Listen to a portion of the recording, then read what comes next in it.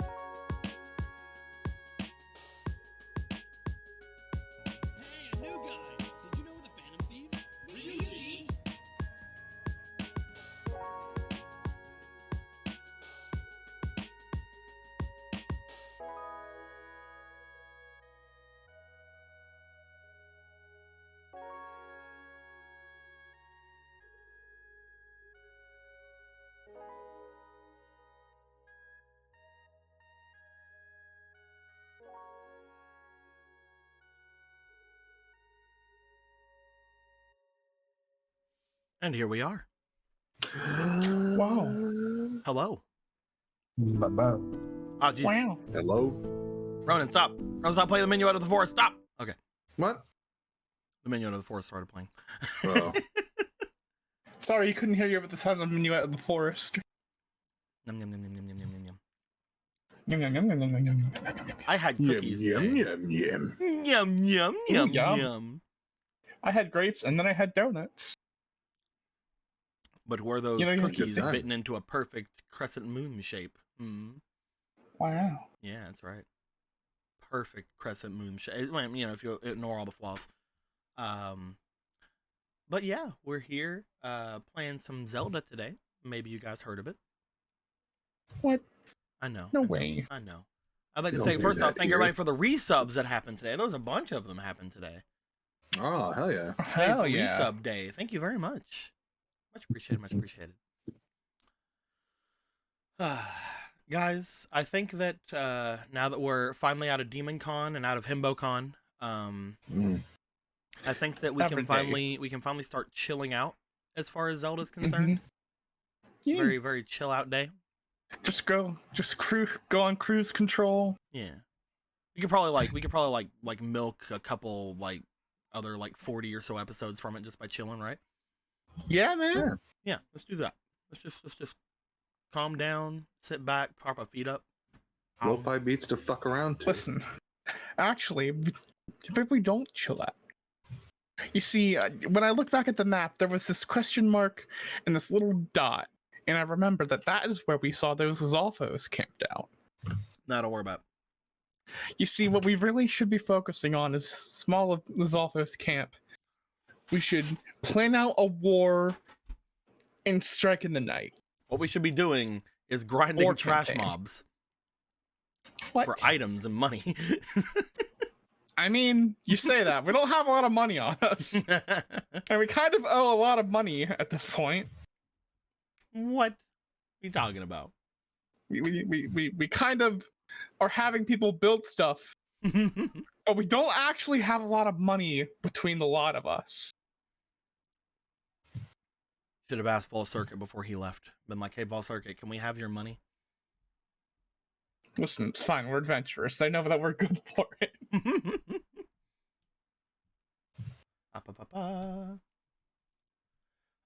But yeah, we're here today playing some Zelda. I'm gonna go ahead and switch us over to the main thing here so we can see the room. There's the room. Look at it being all main roomy. I just don't like seeing my hands anymore because I don't have the correct lighting, so it makes it look like half of everything is in shadow because my big head is in the way of my overhead light. But you know, let's just not talk about that. Worry about that right now. I'm sure that you could buy like a light or something. I to have hang lights. I have them, but because of the way that my setup is now, I can't freaking mess with it right currently. Well, you just need to get a smaller one that you can like hang on the wall. I have one, but I don't have any space to hang it on the wall. Get a hammer and nails. I don't like hammer and nail because it's not big enough. It's loud. It's very loud. Then like put a shelf up I have a and shelf. put the light on the shelf. But that's way up there. We'll put another one lower. Oh, that'd be a whole thing though. I know, but it would be helpful. Emerald, you're big Yeah. meanie. I'm not a Stop big offering meanie. solutions. Stop offering solutions to my problem. You know what? Fine. I'm just gonna cause more problems. There you go. That's what I expect out. That's what I expect out of my players. My dog doesn't want to open the door Eggy! because he's scared of the door, or because he wants me to get. Egg. Eggy, give him the $60. Says, who said relaxing? Here you go, Ronan. Oh, hell yeah. So, Thank you. that's a good transitional point into this. I was actually going to bring this up today. True. But we have decided, we are, if for those of you who have been around since the Mega Man days, in the last little bit of Mega Man, we had decided to kind of skip out on fate card shenanigans. And because we are going into the last major arc of Zelda, and because there was some talk about different things we could do instead of fate cards and yada yada yada, we actually aren't going to be doing fate cards anymore, Eggy. However, we are going to be making different things happen as far as other kinds of things we can work on with fate cards and other kinds of things like that. for this game. But for now, fate cards are going to be basically goddess tokens. And we're going to be giving people. I mean, this is I talked to them about this right before we turned on the game. Literally, the first time we It's like talked a half about hour this. ago. And basically, what I'm going to be doing is I'm going to be taking some of the funner aspects of the fate cards and pushing them over to guidance token usages. So I'm going to be giving everybody more guidance tokens per fate card. So, for example, since we did get that right there, I'm going to be giving Ronan, instead of the usual 4 that we have been giving from fate cards right now, I'm going to be giving him 6. Go, Fug. So Fug. let's go ahead and grab one of Shit these and Fug. blue ones. Hiya. Shit, 1, 2, Fug. 3, 4, 5, 6.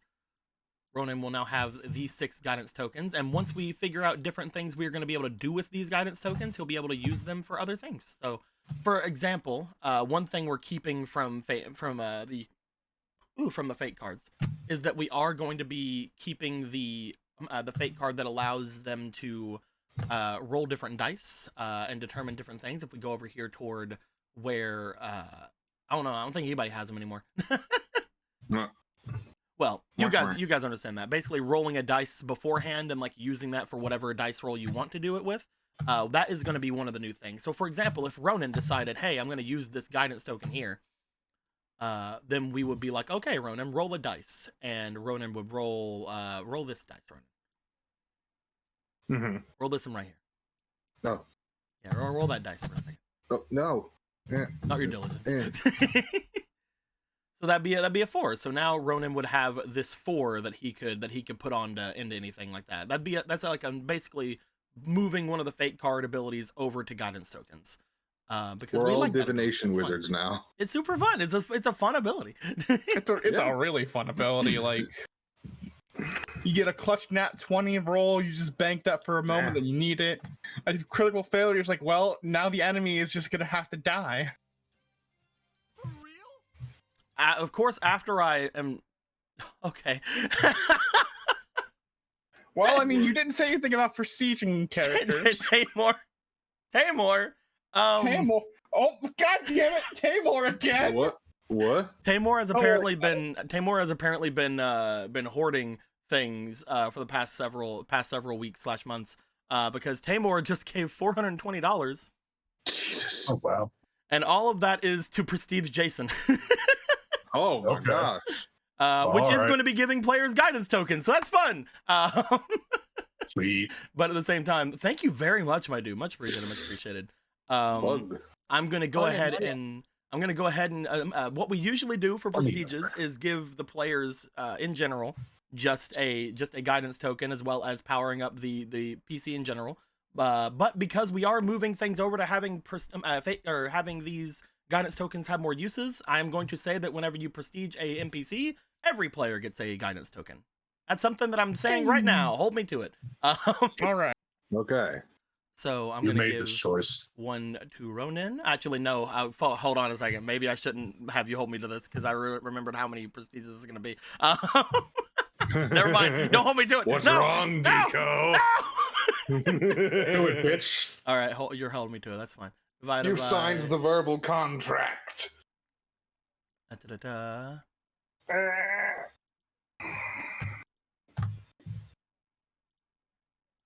Do-do-do. There we go. I was about to pin it myself. That's sweet. Why you guys so mean to me? I don't get it. You You literally said told us. I don't know what Literally. I don't know what you're talking about. You guys are just being Someone silly. clip it. Here, yeah, no, I'm gonna clip it too.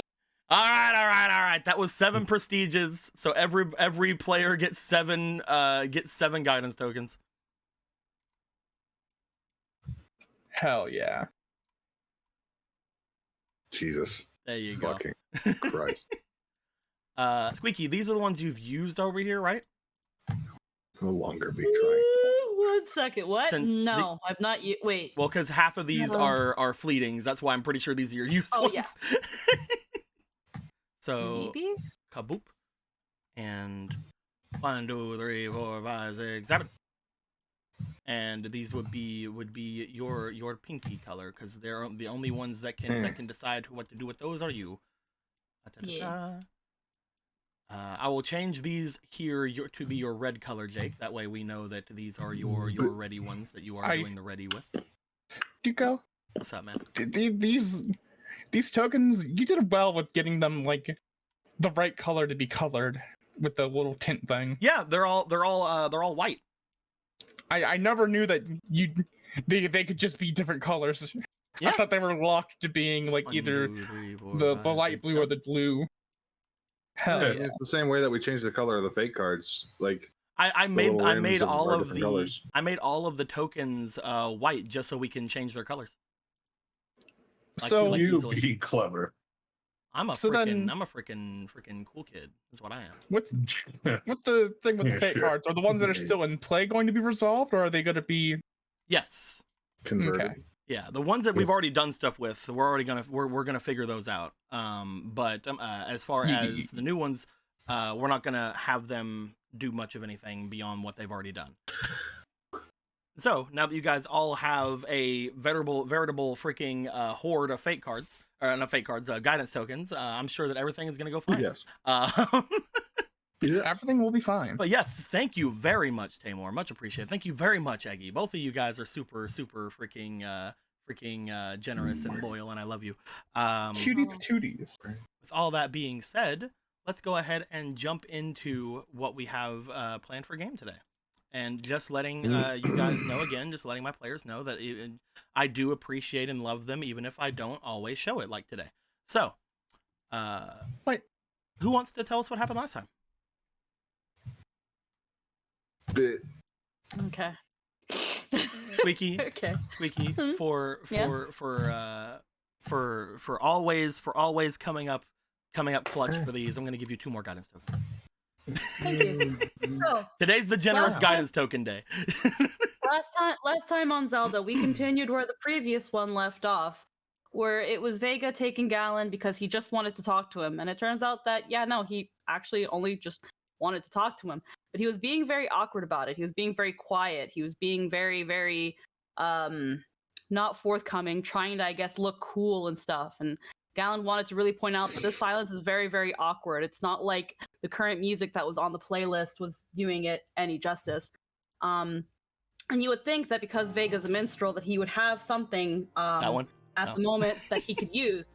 But no, because he had a horn, and the only thing he can play is something that he's not quite good at yet. And Galen was like, "Well, okay, Vega, give me a moment. Let's take a shot. What can you play? What can you play, Vega? What can you play?" And he was like, "A 1 and a 2 and a," and it was like, "Nope, stop. Thank you." You're having way too much Never fun mind. with that thing.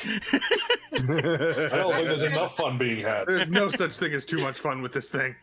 And Galen was like, "Okay, actually, no, never mind. That's not appropriate at all for the situation. What do you want?" And Vega was like, "Magic. I wish I could not be affected by it." And Galen said, "Man, I wish I could help you with that, and I probably could, but not really right now. This is not the time or the place, but we can look into that." And Vega was like, "Okay, cool. Also, you can have this. It's my dad's relic. You are now an honorary family member, and I won't make it any more awkward than that. I promise." And Galen said, "Sweet. I like the cut of that jib." Vega, you gave me a cursed item. What? And Vega was like, "What? I don't know what you're talking about." And he was like, "No, it's okay. I'll just freaking stuff it in Marco's mouth and just swish it a little bit like a toothbrush, and it'll come right off. Don't you worry." And that's what they proceeded to do. Marco sucked the curse out of the fang, and we had found out that it actually augments, or it seems to augment, innate magical abilities, and that was pretty darn swanky manky. It turns out it's making Galen's wind magic, that thing he doesn't use that often, a little bit more potent, a little bit more viable and visible, according to Polo's magic daddy eye. And the magic daddy eye, we also decided to pass around like a fucking bong, and look through everybody through it. We saw that Galen, not only is he still hot, but now he is freaking whiplash winds everywhere, and that's pretty neat. Marco has like a little bit of rim lighting. It's pretty neato burrito. He also looks pretty nice and painterly. Mr. Dolan here looks like freaking he's got fairies and magical stuff going around him because he's got a lot of latent magical potential for being a river Zora. And Gorthos looks like a sad dog. That was blind as fuck. And Zelda's a flash bomb. We're just not going to worry about that.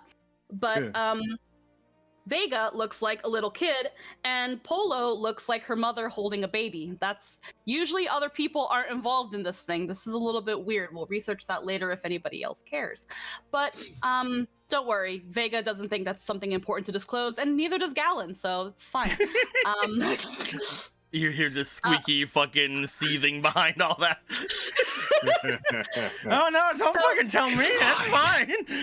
So meanwhile, while everybody's having that conversation, Rhoda and Obra are having a meet cute, and I wish I had like that little button that plays that freaking song that plays through every like romance comedy, that one that was used for like eHarmony, that like you guys know the song, I don't know the name, but you know the one I'm talking about. And Obra mentions that we should really go see her mother. I think it would be a great idea if you saw my mom and we explain what's going on, and maybe she'll be able to help us. But until then, we're still here. Whale noises ensue. Gorthos goes back to the house because right now Gorthos wants to do anything else but be still here in Demon Con because he's got a big swanky body that's been waiting for him for a long time. And he went to go do that, and he finally got into that big body, and he was like, finally, once again in my what I believe is my true form, and no one can tell me otherwise. And he scared the crap out of Charcoal, so much so that Charcoal finally remembered that this house has a storage room and that now is the time that we should know about it. No, it only just now showed up. Oh, it just now showed up? It just wasn't there the whole time? That was the doorway that had opened whenever you guys have recently extended the house. Okay, then I rescind my previous statement. Anywho, Gorthos goes inside because, man, we have a storage room? Cool, let's see what's in there. And he freaking crawls his little Gorthos bony butt in there, and he finds quite a collection of things. He finds ingots of goddess metal and has a seizure. He finds unlimited Sheikah clothes, or at least an indiscriminate amount, and has a seizure. A box of liquid malice and has a seizure. Demon parts and has a seizure. And 50 Shades of Chew. And said that was pretty cool. He's pretty pleased about that, and Charcoal was like, okay, so now that you're in this big body and now you're realizing that moving around in a big body is hard, I must also remind you that you are naked. So just don't mind me while I rip out the fucking curtain and just sew it up a little bit and put a little cute buckle there for you. There you go, now you're a little less naked. God forbid anyone shorter than you. Oh. Well, let's hope no one goes in that cloak. Anywho.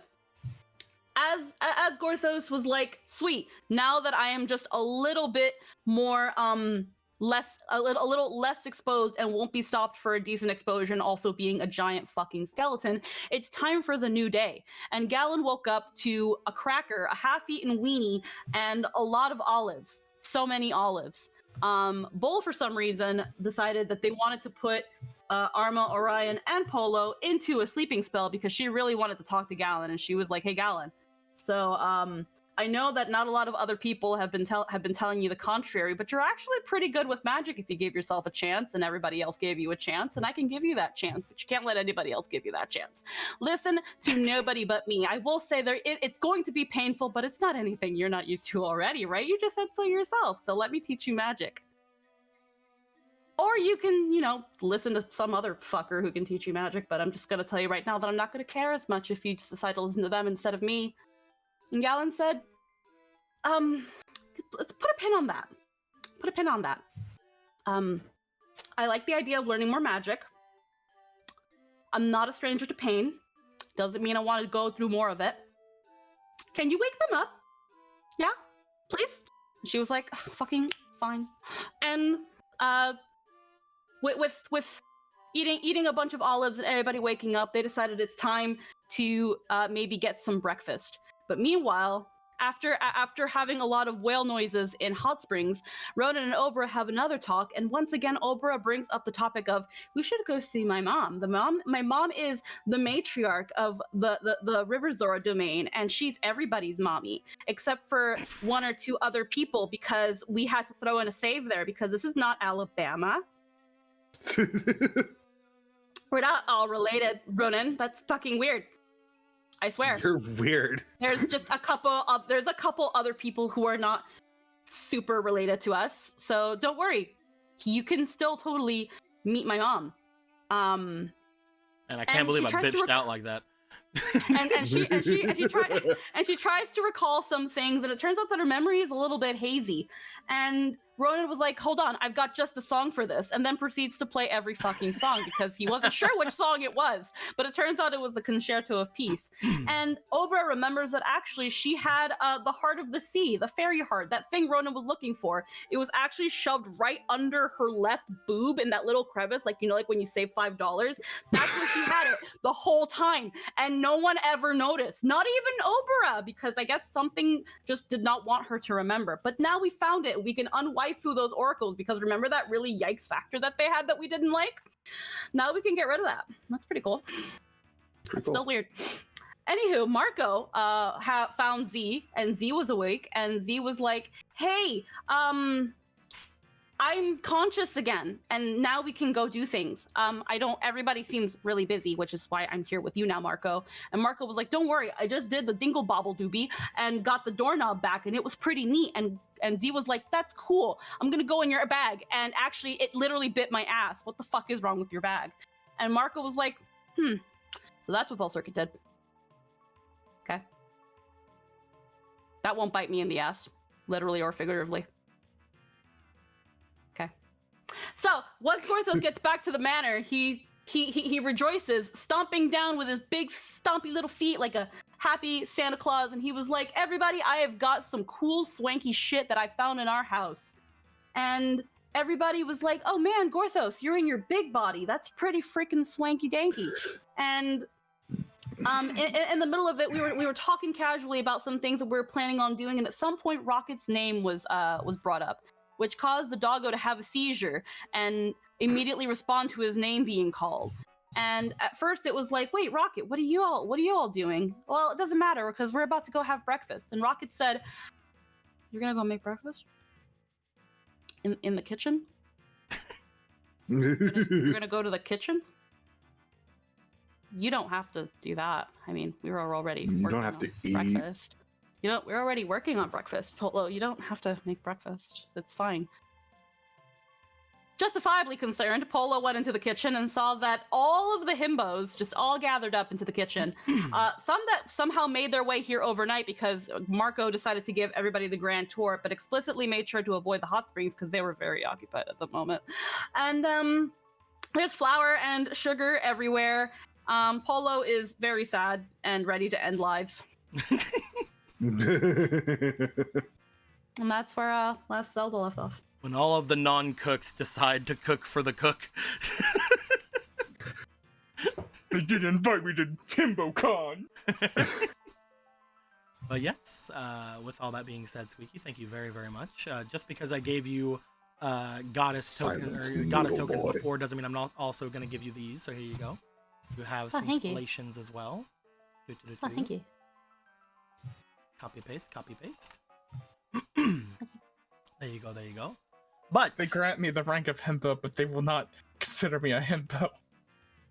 You have much more awareness of your surroundings than the average himbo, though. You're because your rank is Noodle Boy. Yeah, you're honorary himbo, but it's like it's kind of like honorary citizenship. They call you a citizen, but when you start getting to customs, they're still gonna ask you for a passport. Yeah, you kind of lost your invitation whenever you went up to the hot spring and understood that sex was happening. Damn. Well, it's time to go find my Palpatine. I need to be Darth Himbo. You don't know the power of the himbo. as the kitchen is absolutely just destroyed, Polo. You walk in at this point, like looking around at everything, like trying to take it all in, that what all they were able to do. Vega and Rocket were able to pull Gorthos in from where he was at. Gorthos, you are now able to fully be inside of this area. The doors are a little small. You need to tell people, change all the doors out. Seems to be a good thing. Look, curses his lack of foresight. It's like, dang, what was I? Some kind of guy who could go between different forms. Oh, right. Oh yeah. Oh yeah. I can do that. But yes, as you got dragged in here, Polo, I feel that you would immediately most likely start having people try to clean up after themselves. So that you can actually use this space. Didn't we end off? Magic Frog just goes. Didn't we end off last time with all of us eating their disgusting food-shaped sugar piles? Yeah, you did, but They- Polo wanted to they- make things. Yeah, there was that thing of they made a bunch of like sugar stuff, and it was just like, do we still even have flour and sugar? Lord, those things. Well, of course we do. We have plenty. Hold on. Goes over toward a cabinet, which you guys would see that there are many different things here, many different cabinets, many different storage areas. As he opens it up, you find that the first cabinet he opens is like, no, opens the next one, no, opens the next one, no, opens the next one. There we go. He pulls out a single bag of each flour and sugar. Okay. Basically showing that there was most likely 4 entire cabinets full of all of those things until this day. All right. I'm going to ask our cooks in training that these are off limits.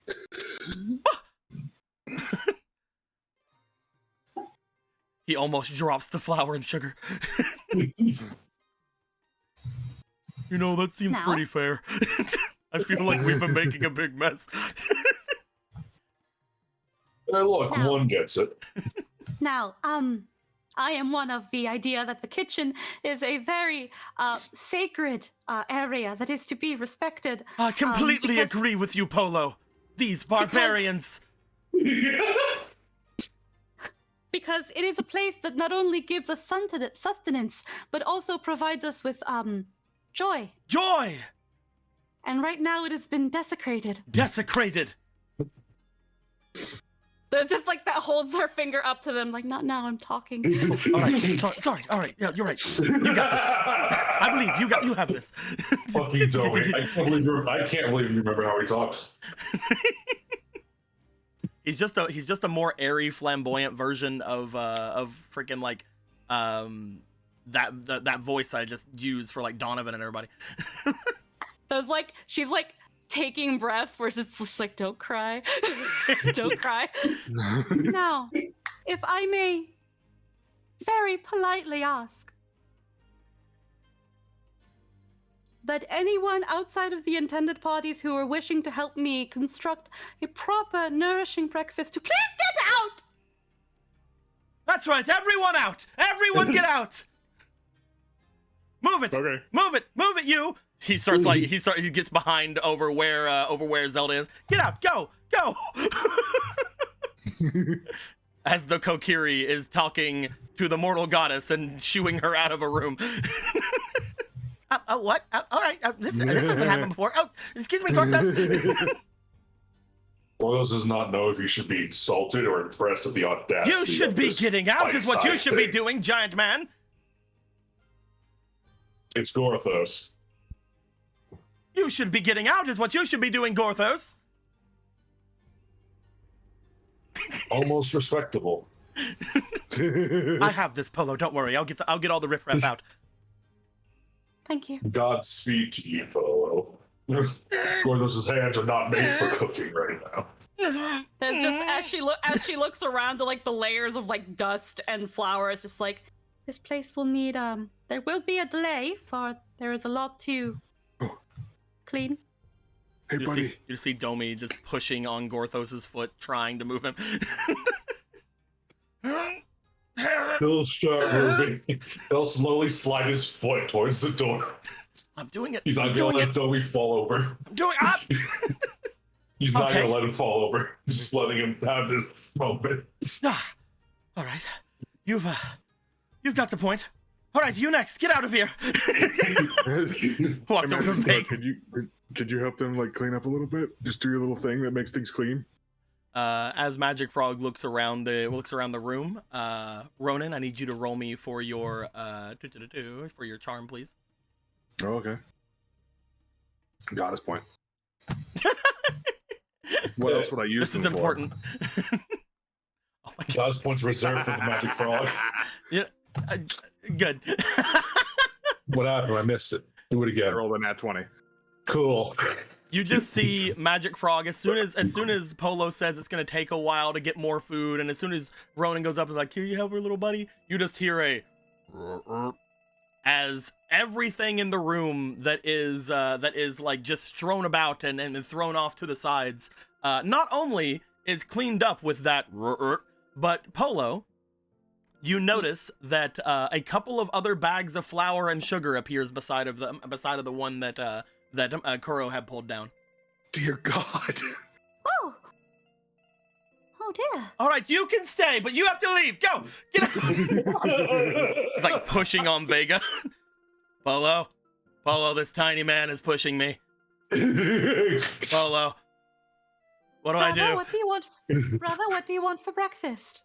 I'm So- making pancakes. Pancakes are great. I want pancakes. Yeah. Mhm. Ortho just reaches his big old hand in and just gently grabs Vega by the back of the neck and starts dragging him. Please. Oh, all right. Ah. Everybody out, come on. Too many cooks. Far too many. Polo, do you think I can stay and help? Anyone who is interested in assisting me can stay. That's right. We're working on being cooks after all. We have to watch the expert. You actually want to learn how to cook, Vega. Oh, what? No, not me. Puts down. I don't really want to look at it. I mean, that's what Polo's gonna be there for, and all the other cooks. Yeah, I'm good with that.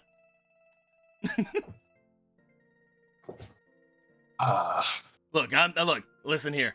I am not willing to wake up one day, make a mess of our kitchen, and then have Polo look at me all disappointed. All right, I'm good. I will stay as far away from cooking as possible. A noble goal, then. Eventually, several more people are shooed out of the area through the combination of Domi and other such things going down. I didn't even until only realize the this one was in party the fucking room. until only the party is there. Yep. Yeah, some of the Kokiri came with I- Marco to look at the thing and freeload here instead. I guess she was hiding behind another token. I just wanted to try that. I just wanted to try the cake, but apparently it was not very good for consumption, except if you're a frog. Apparently it wasn't a cake. In fact, well, you could still consume it. I could try, I guess. Hold on. What is the worst that could happen for something so small? I told you to get out. Let's I was told to get out.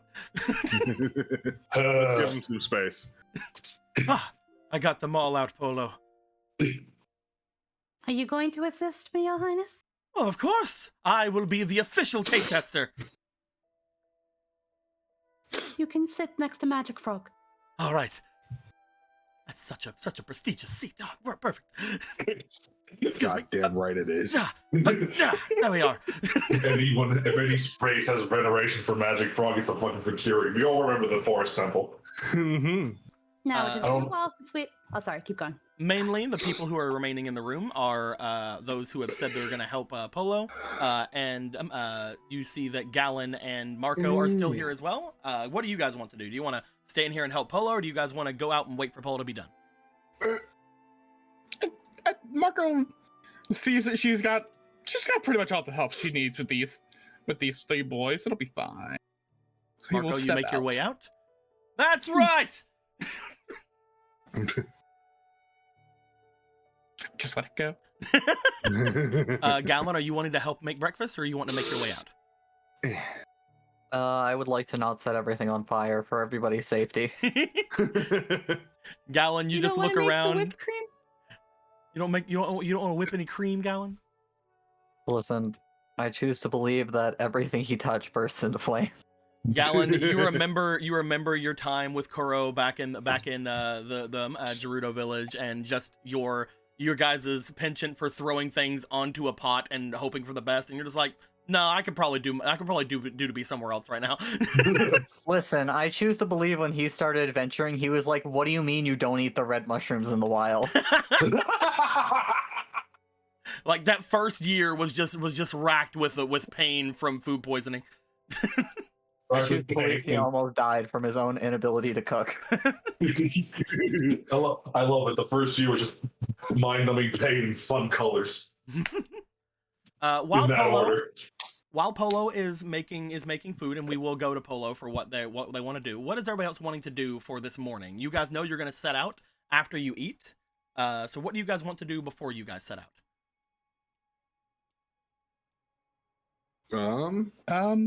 Nothing in particular, unless You guys could just wait. You guys could just wait for things to be done, and I will just assume that your idle animations are playing. Gorthos's idle animation, of course, just being like hammering something randomly, trying to refit it to something. Marco's idle animation being rubbing his finger along any surface that seems to have some sort of thing on it. Ronan's idle animation just being playing a little bit of music and just looking around at the world, how good it is. Yep. So Gallon's idle animation just making sparks and stuff in front of people like oohs and ahs. So I mentioned it before. Rookie did give Marco that little bag of Sheikah daggers or whatever. Mhm. Did I ever actually get anything for that?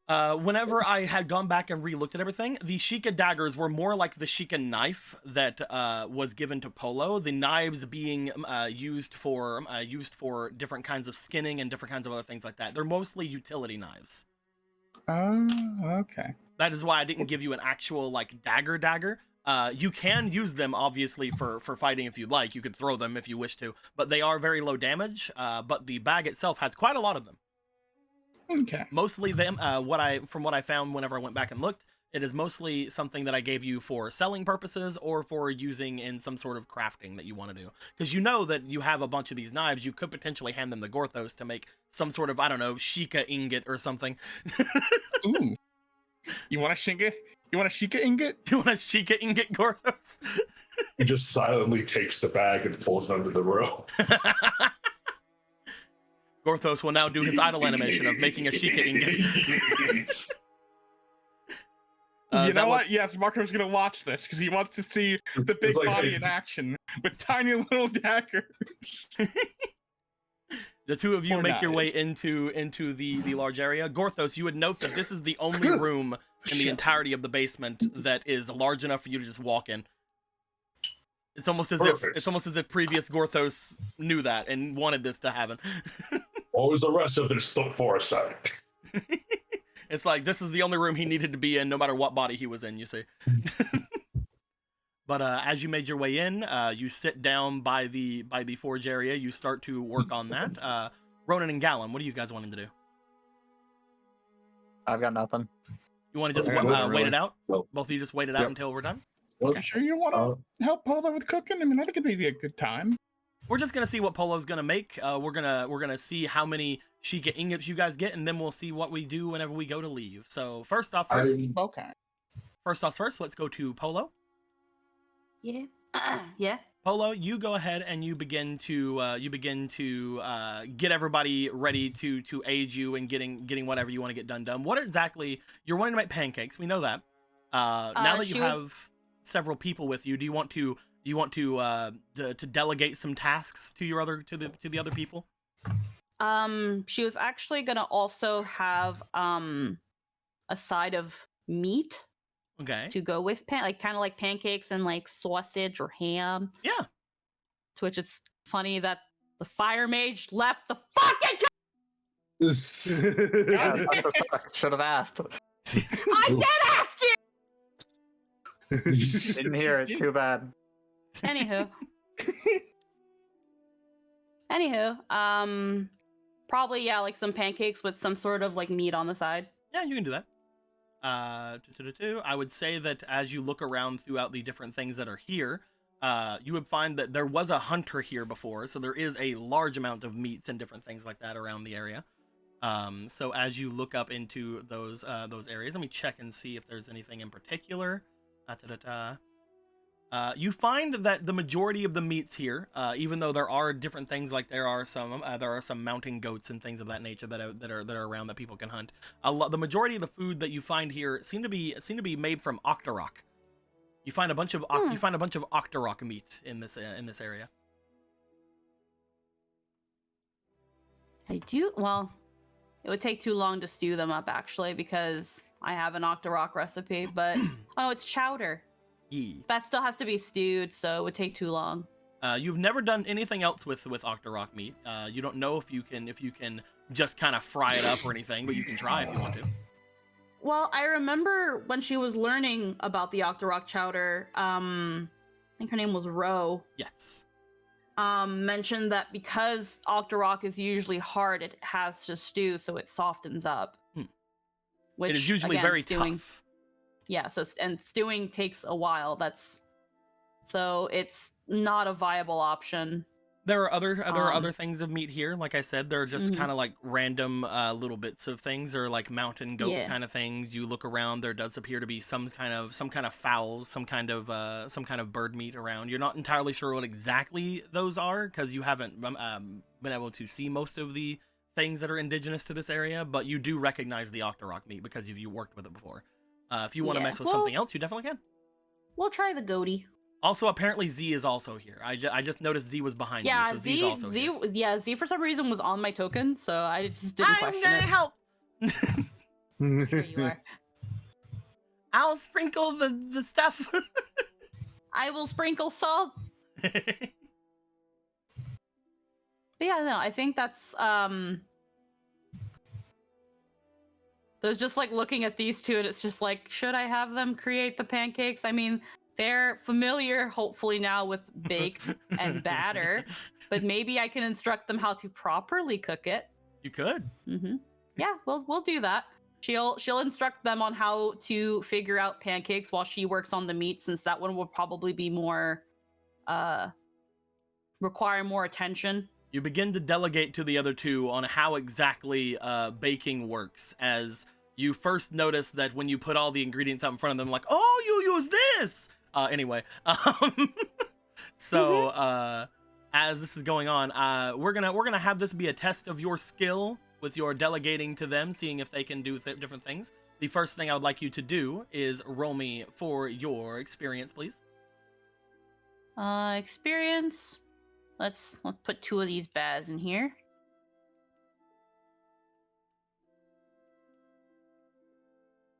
Do you want to reroll? Yeah, sure.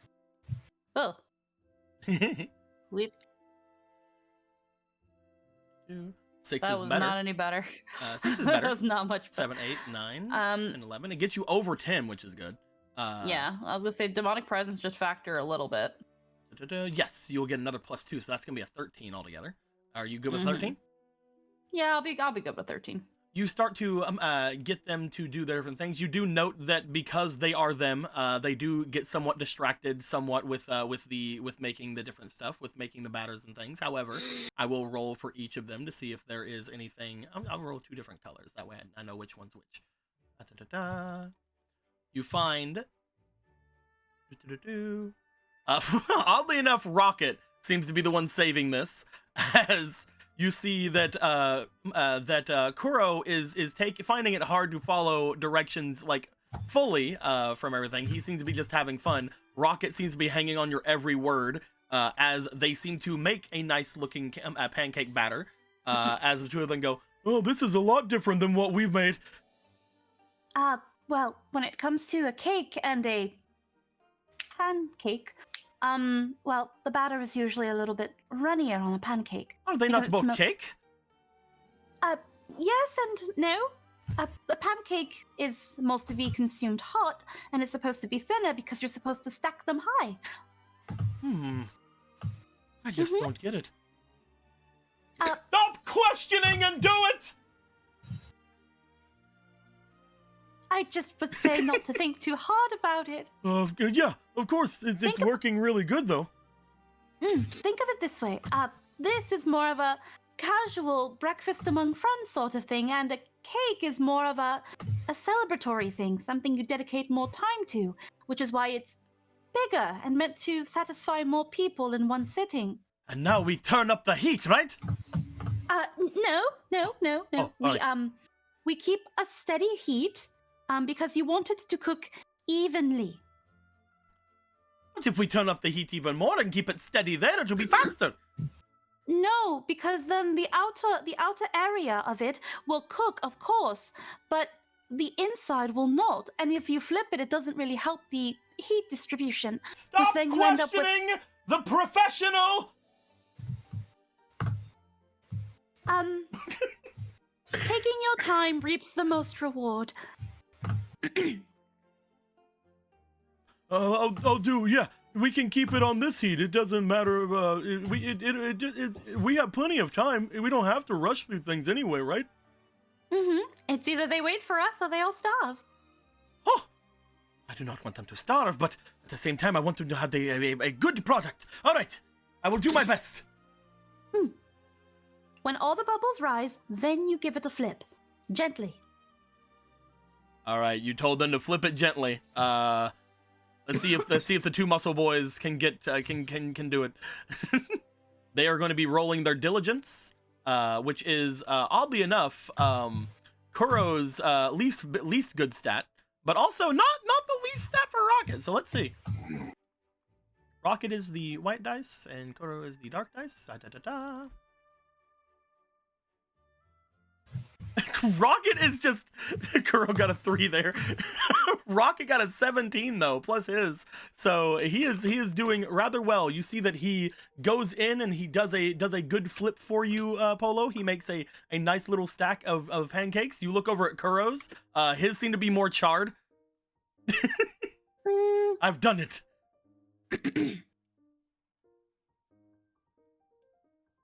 Do we see a difference here? Yes, I do see it. Mine seem to have a lot more flavor on it. I'm sorry, Rocket. Oh, it's That's what okay. you call that. No, it's all right. I think mine look neat. Well, how about this? How about we let Lord Domi decide before we continue making more? Of course, of course. You are the dedicated taste tester anyway. Ha-ha! Oh, yeah, I'll take one there too. As they go over to Domi, Domi sits upon his seat next to the prestigious magic frog, of course.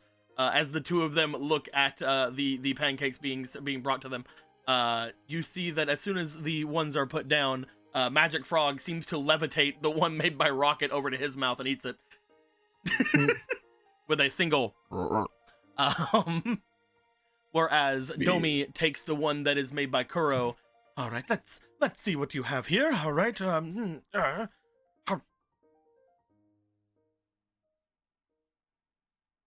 He looks Your over verdict, toward sir? Polo. What'd you Your say? verdict? Too much flavor. If that's what that is. That is no such thing.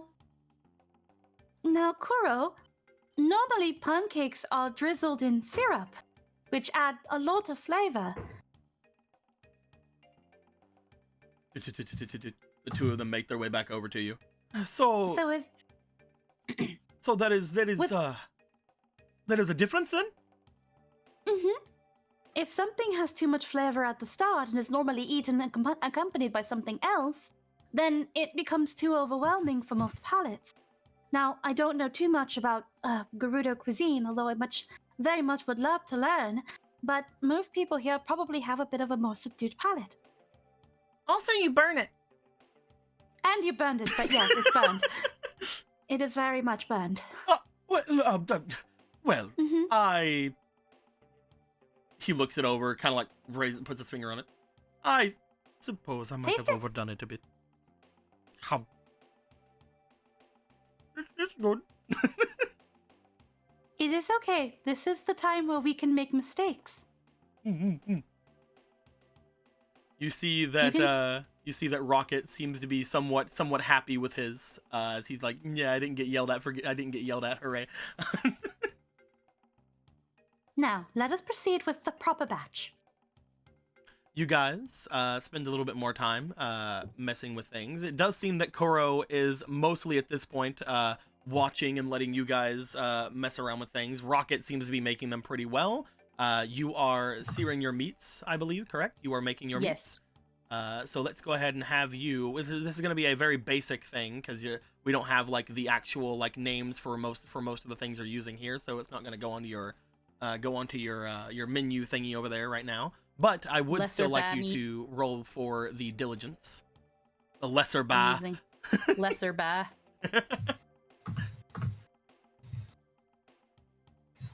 11 plus 2, and then That is a quite a large number because of your demonic presence. yes. So that is going to be a 21 altogether.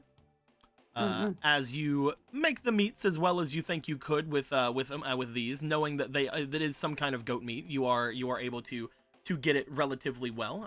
You make the different kinds of just sears and different kinds of cooks on each side of it, trying to make it to where it would accompany something sweet rather well. And at the end, you guys are able to make your pancakes and meats. Yep, she just like slices a bit of it off and just like gives it to Orion. Would that we had fire magic for a quicker, more even char. Char? I can do that. I just have to turn it way up.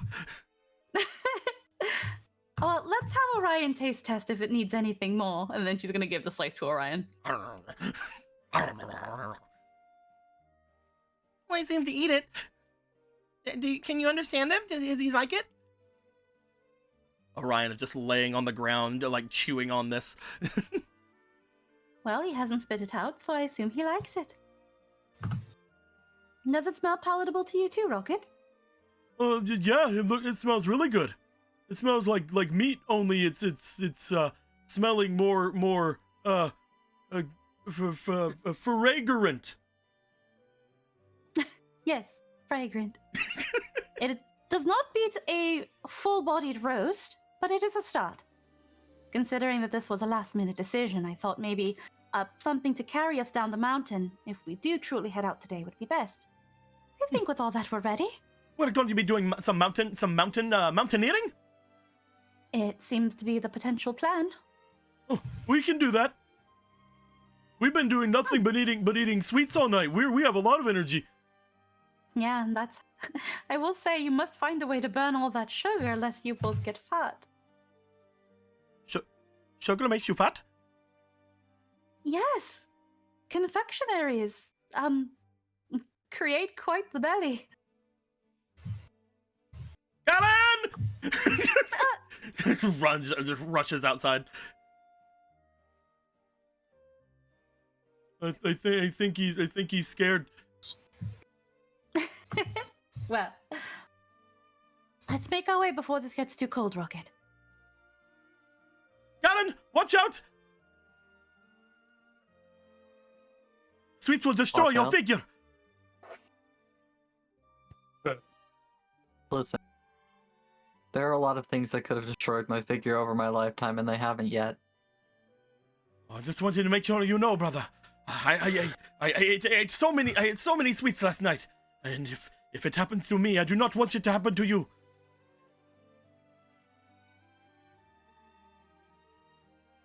Gives Kuro a sympathetic pat. I will handle this burden, brother.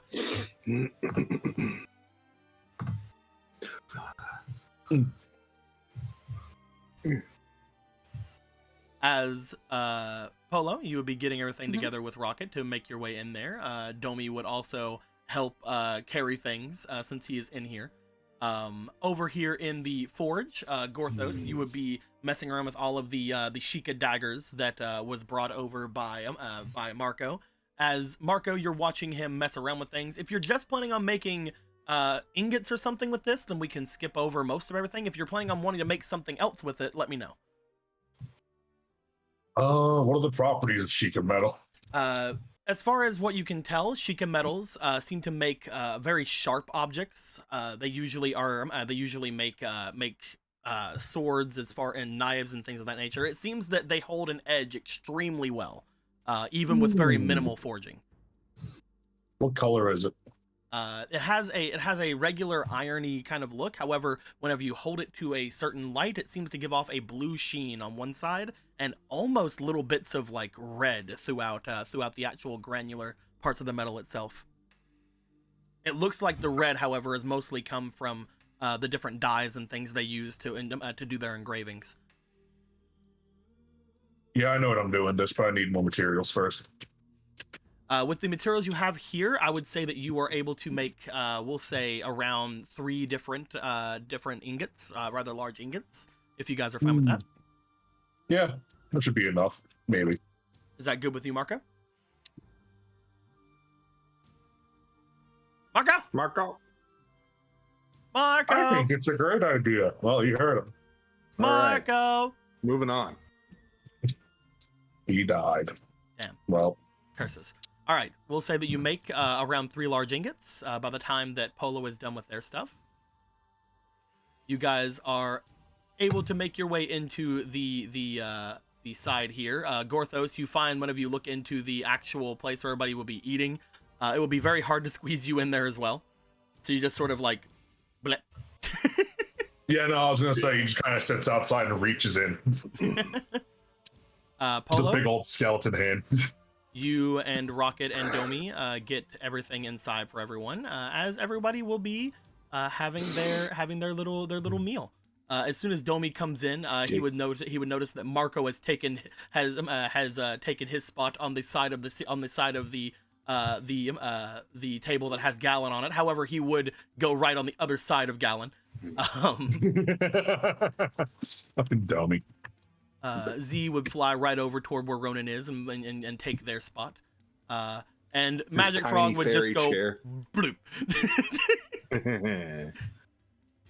As you guys would have your meals, your large amounts of pancakes and other types of various meats that have been prepared for you. It seems very good, especially for giving energy for doing any sort of mountain climbing today.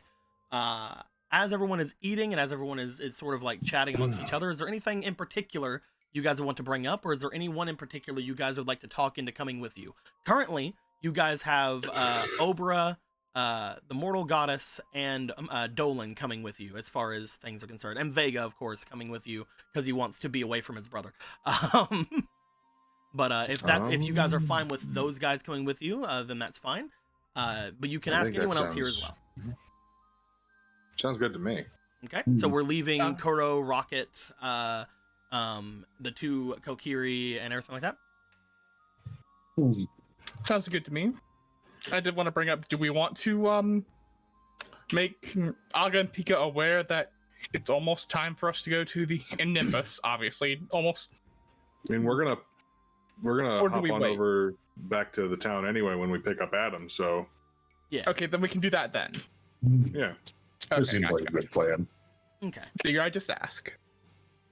Is there Also, anything is there anything in particular you want to ask of your other compatriots while they're here? Because again, one thing we haven't really done a lot of since getting more NPCs than you guys know what to do with is asking them to perform any tasks for you while you guys are out. Do you want to ask Rocket, Kuro, or the 2 Kokiri to do anything for you while you're gone? Gather any materials, hunt any creatures, anything like that? Those would impose something upon our Kokiri. And what would that be, Lord Gorthos? Try not to take offense, he means that.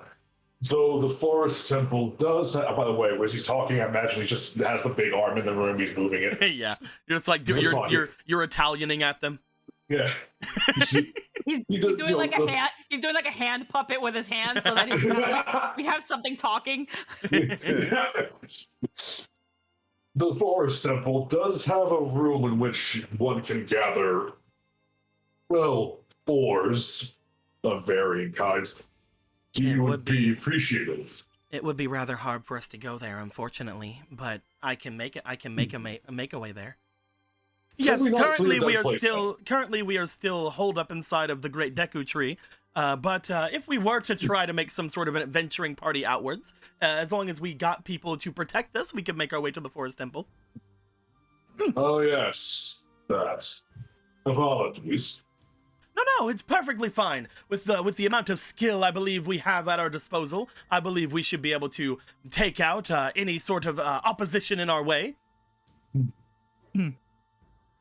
Porthos has faith in all of you. I would mainly want to, if there was anybody that you could have follow me, so that I don't get jumped by any of the Koroks or anything that have turned against us. Well, I mean, Rocket, you'd be good at that, right? Yeah. I'm supposed to be watching Vega though. No, you can go and do that if you want to, Rocket. I mean, it seems like it's important, right, Gorthos? Indeed, extremely. The more material Gorthos has, the faster to beat great equipment for people. So what exact material are you looking for? Anything you can get your hands. You'll make it work with whatever it is. If I remember right, the one in the forest, don't we get like odd things depending on what we hit the target with? You get different various things of metals and things of that nature. You get different ore. I forget. Was it determined by what you used to hit it with, or was it was completely random? Okay, then I just wanted to. Okay. So we should bring with us someone who is good at long-range combat as well. Or be preferable. Fly. I think that I could probably hit that if there's any sort of skill required, of course. Honestly, you can just throw a rock at it for as far as worth staying it. At any rate, anything that comes out of there will be most useful. Once his current project has finally reached its completion, he has plans. I had wanted to make my way to the Forest Temple as well anyway. I wanted to see exactly what has changed in the last 1,000 years. You'd be surprised how much does stay the same. Speaking from experience. I will see if Atalanta would like to join us. They have quite a range to them, and they would be very much helpful in keeping anything that would attack us at bay, especially if we're attacked by that giant bird again. Oh yes, that demon rock. It is somewhat unnerving to know that they're right outside of the tree. We hear it sometimes colliding into the branches above. Is there anything else in the tree that it could be wanting beyond the people in it? Well, the Great Deku Tree is sorry. The Great Deku Tree is known to have a lot of great magical properties, as well as it is known itself to eventually regrow itself back into its magical majesty. It could be potentially looking for any sort of Deku seeds or anything that are among the tree life, or potentially even trying to scatter about the different bits and pieces of its branches to create more Deku Babas. Is that how they're made? They are different creatures that have been malformed and twisted by the forest, that have dropped down from the different branches and longevity of the bark of the great Deku trees of long past. Yes. Fascinating. I was unaware of this. We'll keep this in mind if he needs to wood. I have to wonder. The imbalance to everything going on in the forest was partially a result of us destroying the Deku Hydra and allowing the slime to run rampant. Now, it might be a rather stupid idea, but why do we not reintroduce the Deku Hydra to the forest? Such as a You want to plant. You want to plant Hickory Dickory Dock back into the forest, don't you? It is where they were originally from, And they are what kept the balance in line. I mean, it also led the slime to control everybody, as opposed to what it's doing now, which is only controlling some of the people, right? It has infested every part of the forest.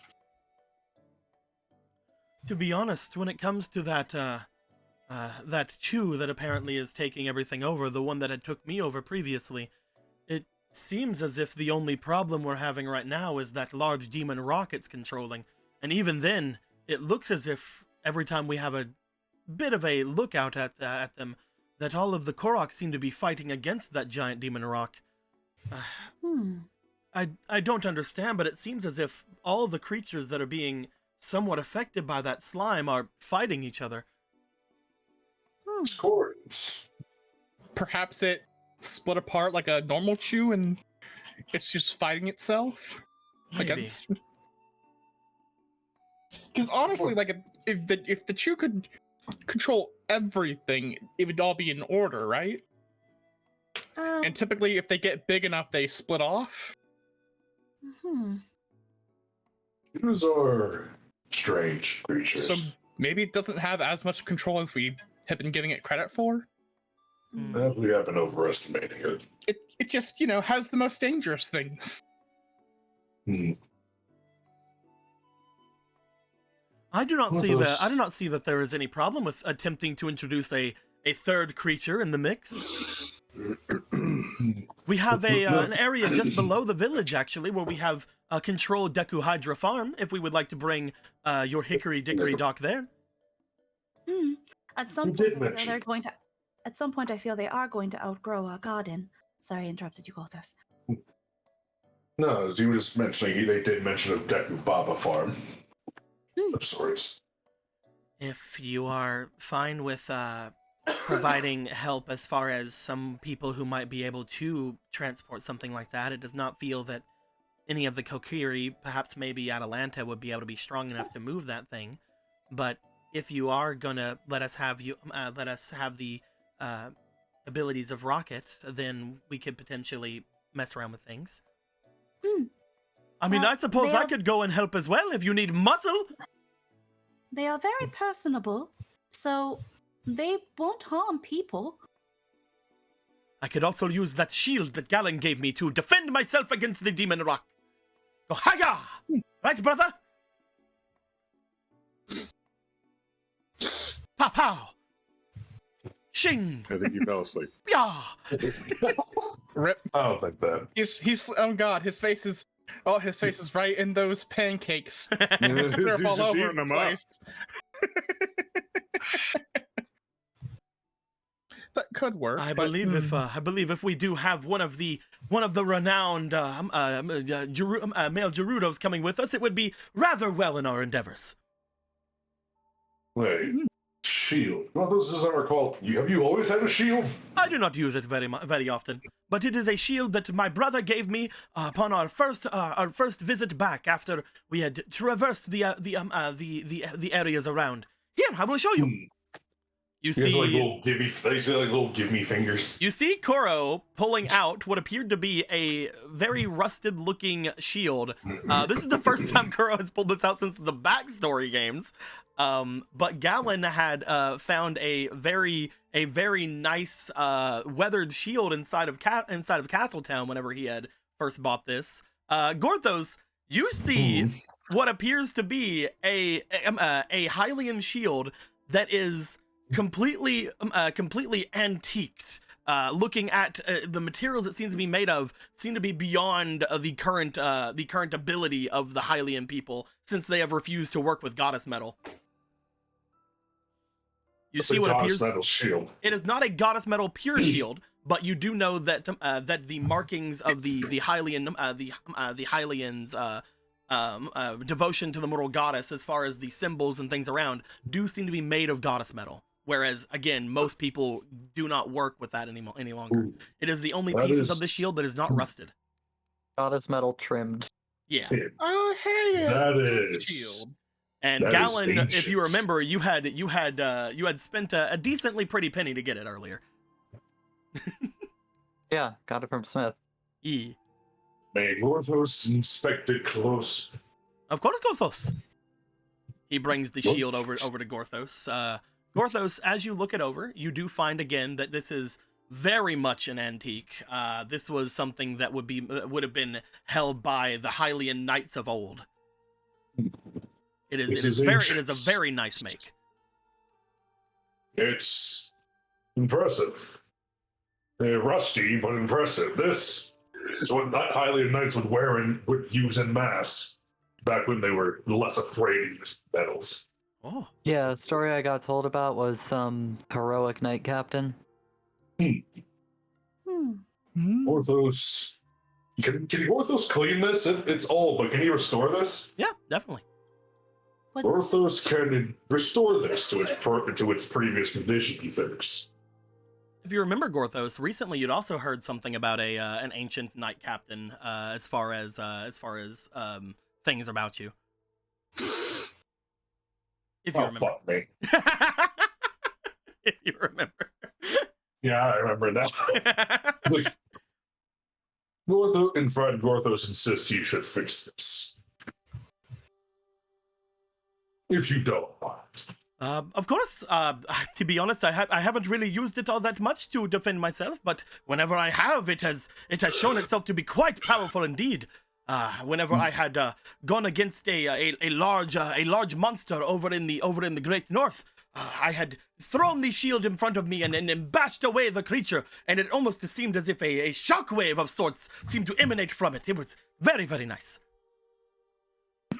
That sounds fairly accurate. Imagine legions armed with these. Well, times have fallen for all nations of this world. Well, I'm sure that you can get it working again. Of course he could. He's Gorthos. Then I will go with you to protect you from this rock and to move Hickory Dickory and Dock if that is what Polo wishes. We'll have to probably talk with Shefos because I can't remember if there was certain conditions in terms of removing anything from the plots, especially considering that it is more living than most plants. The fact that it's living may be a different beast entirely from other plants that are there, but yes, we should most likely talk with the master of the house before messing with your pet.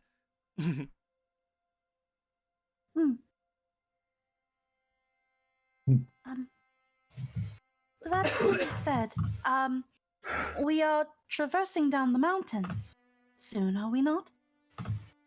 Yeah. Yes, I'm here to take you down the pathways that I had made my way up as well. So it should take us no time at all, really. A couple of days at most. Once we reach the domain, will everybody be all right with seeing Gorthos as that?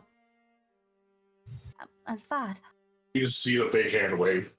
Currently, you do know that Gorthos is wearing a large cloak that was made for him. However, Obra looks to him.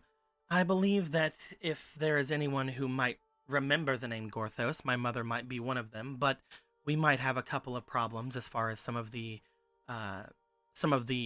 guardians of the rivers. But we should be able to talk our way through it. And if not, I'm sure that you could convince them without killing them. Gorthos is always happy to meet a fan. It would be rather hard for anyone to ignore such a large skeletal creature, but I do believe that once we get into the inner sanctums, that my mother would be relatively aware of him. Well, we're not worried about these things, so he's uncertain as to why anyone else is. I just thought it'd be best to bring it up in case anybody had any objections or concerns. But seeing as there are none, then, I guess, unless anybody has any other ideas they wish to present? It's been quite a while since we put that other weird rock in the temple under Castletown.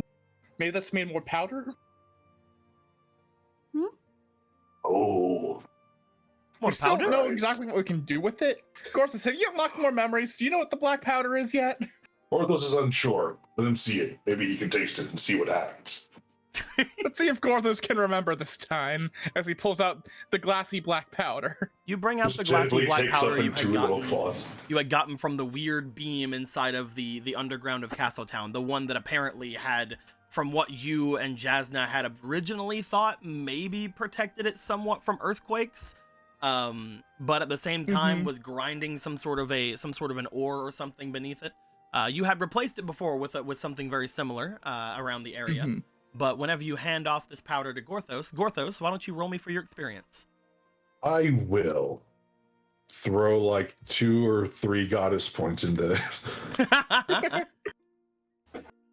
Let's see if Gorthos can remember what this is this time. So that's a no. Oh, this got in the right. There we go. 15. So 15, 16 plus 5. I think that's 21.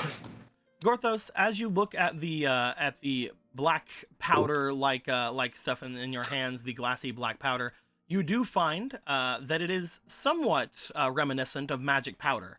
As you look it over, though, it does seem to have a strange property to it. Obviously, magic powder in the wild is made from the magic crystalline structures you guys have found throughout the world. But as you look at this seems to be more of a manufactured magic powder. As if something the ancient Hylians, or potentially with help from the Sheikah or whoever, might have been able to artificially create magic powder with. You just hear like a little sniff noise, a little bang. You just see him like duck down the big eye in the doorway. It is a magic powder, but made by the hands of man instead of magic. Ooh. What that does exactly, Gorthos can't say, yet he's deathly curious. You do have memory of using other magic powders in your forging before, as well as seeing magicians use magic powders to regain certain amounts of spell proficiency. But as far as anything else, you never used this powder before. There's a myriad types of powders for use of creation and for magic. Yeah, this is new to Gorthos. I seem to recall certain magic powders also being made through more illicit means, like, fairies. Oh yes, he's used those before.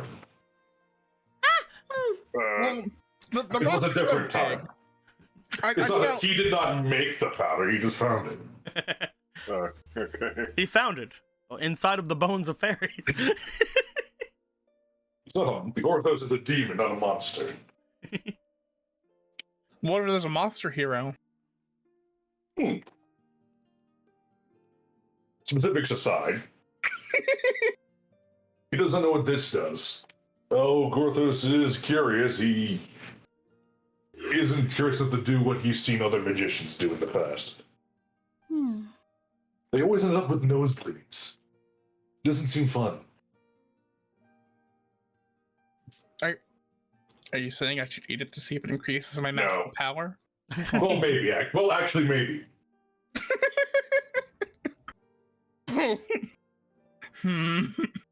You, Galen, Nora, anyone magically inclined, even Gorthos might try it, actually. Either way, you do know that you've had quite a lot of time since you've checked the underground dungeon for that area, Marco. There may well be some more there. We'll keep this close. Gorthos has. Well, we need to experiment some. Yeah. That could just be something that we do if we go back for You also remember it has been quite a while since you guys ever looked at that Chew farm that was down there as well. And the Chew farm! Did we not break that? Or was that Slaverman's? You broke Slaverman's. There was one in the actual dungeon. You know, the invisible walls, and the Choo-Choos kept getting pushed through like a little maze thing that we had to feel our way through. Oh no. Did we ever turn that off? I don't think there's a physical way to turn that off. The way to turn it off is to destroy it. Perhaps that's Boogie Meal's problem now. I don't. Just the eye looks away. Oh man. Maybe we look at that when we get after the river domain. Perhaps. Then, shall we say after this delicious meal, we just make our way away then? Half of us going to the forest to try to figure out more about the temple and set out a spot for Hickory Dickory and Dock, and the rest of you traveling down to see the river, Zora. Sounds good to me. This is a wondrous plan. Growth has always wanted to have a hand in stabilizing an ecology. And, clearly this won't end up badly. And once we are done checking with the river, Zora, he looks over toward Galen, we would be returning home soon, yes? If everything goes according to plan. He seems very much, as you say that, he lets out a big smile, like, yes, of course. I'm just still a bit worried, but now that we have the crown, everything should be good. Orthos is very curious to see what the inside of the city is like. They never did all the way. Currently, I believe now is the only time any of you might be able to see inside of there. So you're not saying that we need disguises to go in? He looks to Galen. It's pretty easy for males to get inside the walls now, actually, right, Galen? Yeah, and chains. Oh, So disguises still. Orthos does not think chains would accessorize well with his planned outfits. Well, actually, no, too. It might be time to consider a more suitable dress for that sort of weather. It is not rather hot there. If you're used to it, you're used to it, but I would say that dressing for the occasion would be good for most of you. I do not know if that armor that Ronan is wearing is going to be very comfortable, to be fair. I mean, take Gorthos time. it keeps the heat out, so maybe. It doesn't look very comfortable. It keeps the heat out? That looks I mean, sweltering. I think I'd be fine either way. Oh, all right then, never mind. But yeah, I don't know so much about certain other people in the group. You're right. Gorthos would be very remiss to get sunburned in the desert. I believe that I might not. I would probably stay behind while you would make your way to the deserts, if that's fine with you, Ronan. Oh, I guess, yeah. Yeah, I'm not yeah. amazingly equipped for I get you. desert travel.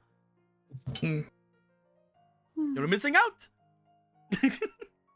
I'm pretty sure I could rearrange my little thing here, make it more of a hood. I don't know. How hot can it be, right, Polo? We can handle it. Brother, we come from the north. Yeah, it's like our bodies are accumulated to super cold, so we should be easy to be colder anywhere, right? Is that You're how that going works? to die in the desert, Vega. Have you never Vega, been to that the works the desert? exact opposite of how you think it does. Oh, Have you never been to the desert, Brother Vega? Do you not have the Gerudo song to the... I have the song, but I've not really. I mean, it didn't really seem to bother me that much. Whenever I was It might like be a- outside of there, It might be the cloak, actually, now that I think. everybody just kind of like looks to the cloak, and you just see fucking it's like eyes on it. It's like, oh yeah.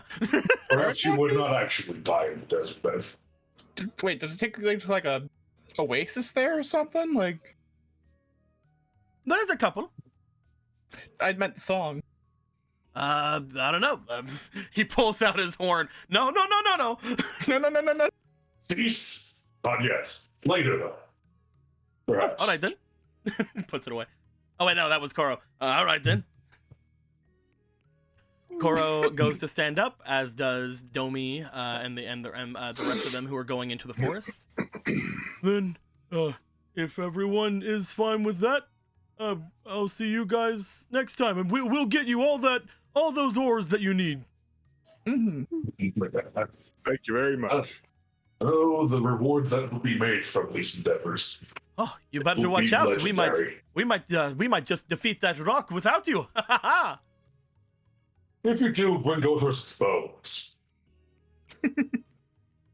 What are you gonna do with its bones? We'll perhaps make some new weaponry. rock pieces might be good for the next version of the bellwether. Don't you worry, Gorthos. Bones from the Kokiri forest are even better than bones anywhere else. We will hold you to that. What? Would the bones of a giant bird actually be viable for weaponry? They are rather hollow. The bones of the Kokiri forest are much better than anywhere else, Polo. Just make sure you get a lot of those feathers. Rock feathers are great. I'd like a cloak of them at some point. So greedy, Marco. One thing at a time. Says the one starting a whole expedition for ores. He's not asking for gold. He's asking for particularly useful materials, like anything else. The four of them would set out to make their way back toward the main area. They would tell you guys they're most likely going to try to pick up someone who is good at some long range fighting. They may end up gathering some other people that are there, but they head off and make their way back to Castletown. After saying goodbye and waving to all of you and all that good stuff, and mwahs and mwahs, and of course Domi saying that as the leader of this expedition, you can expect 120%.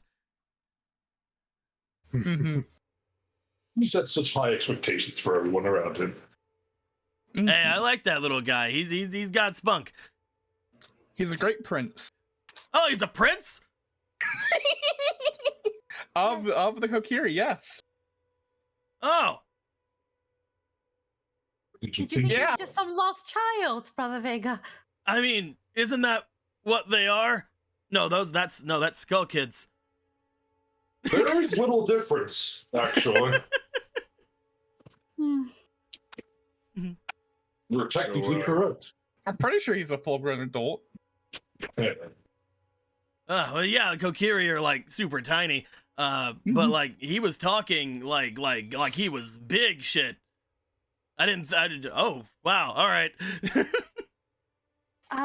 Well. I was letting him get away with a lot more than I probably should have. Well, it's good to acquaint yourself with the local subsets of royalty. Oh yeah, I guess that's true. Should I send him something? No, it's fine. Oh, okay. What are you gonna say, Ronan? Should I make him send me something? No. Okay. So, we ready to head out then? Of course. Yeah. I've got a doorknob ready to go and everything. Fantastic. Perhaps by the time we're done, Charcoal will be done her project. Also, when you ever go into that doorknob room, one of them has a sign on it. Don't touch that doorknob, whatever you do. Oh, okay. I transferred curses from one doorknob to the other. Was a curse? Well, yeah, that's how that works. Or if magic makes its head hurt, so. Yeah, I don't get it. But you're all it's talking fine. of so many fantastical things. Yeah. So at a point, things become mundane, no matter how fantastical they may seem.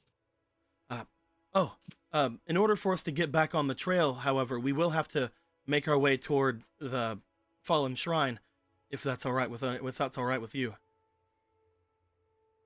Orthos would love to see the once pristine architecture of this shop. Sure.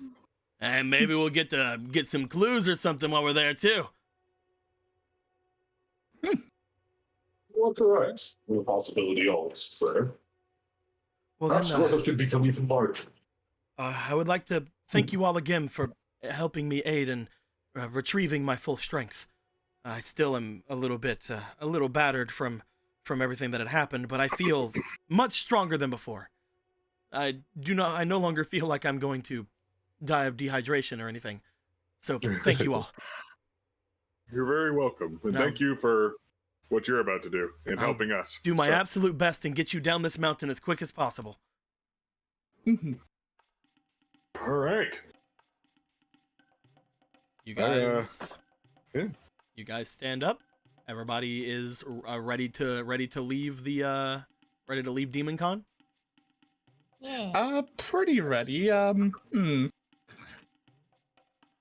do know that he had a broken weapon. I can't remember if we had anything lying around that we're not even using for him. Currently, he had his broken spear that he had. He had a broken weapon. Give Gorthos 5 minutes. Well, it was made of wood. Give Gorthos 10 minutes. Does Gorthos want to try to do something? He wants to fix the spear. Currently, the big thing that's wrong with the spear is it is missing some material. Because it was broken, you would need to replace that material with something else. Do you have any material you were willing to use? We have. I still have a bunch of that decursed iron back at the house. You want to make a stop by and get some of that decursed iron? Just walk through the door, reach up, grab it, walk out. You walk in, you note that it's around that point that people are kind of gathering. Domi's making a heroic speech of going through it into the forest, and you just show up like, everybody's like, ah! No, don't let me interrupt you. You walk over. He just gives a little wave and just thumbs up to Domi. You make your way over. You do find that your cursed metals are back where they were at in your little area, your little new home. As you step in to your settlement that you have, the large forge area that was being changed for you, you do find that all of your hardened iron that you had made from the cursed metals does seem to be available and off around. It seems that there is a large difference, even though you don't see it in the actual art, obviously. There does seem to be a large difference in what you see here. The forge area is very well made for someone of normal height. Pristine.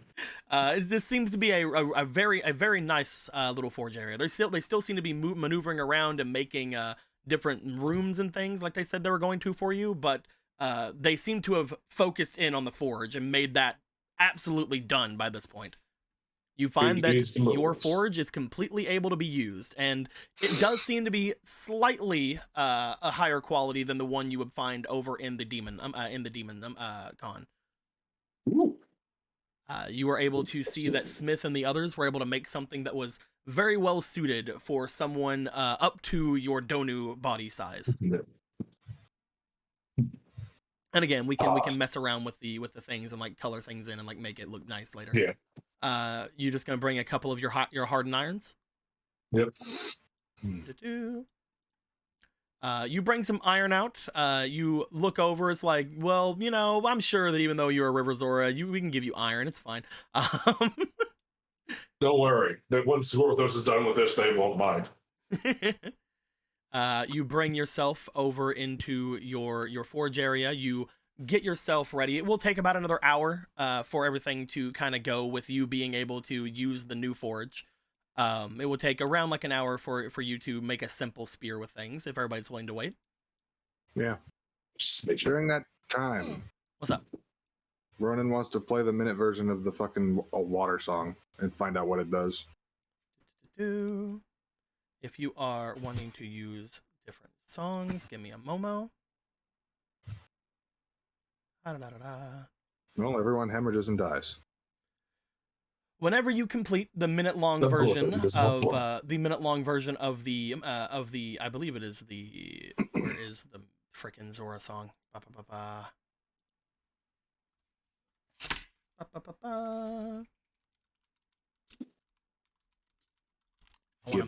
want to say it's correct. Gib song. The Serenade, that's it. The Serenade of Water. Yeah. As you complete the minute-long version of it, for some reason you have an image in your head of different people come to mind as you finish it. As you look over, a lot of them seem to be the people who are already here with you, but some of them also seem to be people that are not around you currently. It seems as if you can choose 3 people you know. And because this is a test, you have no idea what that means. But you can choose 3 people you know. Obra, Gorthos, and the Old King. And the Old King. Oh, that's... Hold the fucking phone a second. Give me another second real quick. I need to check something. Did not expect Old King.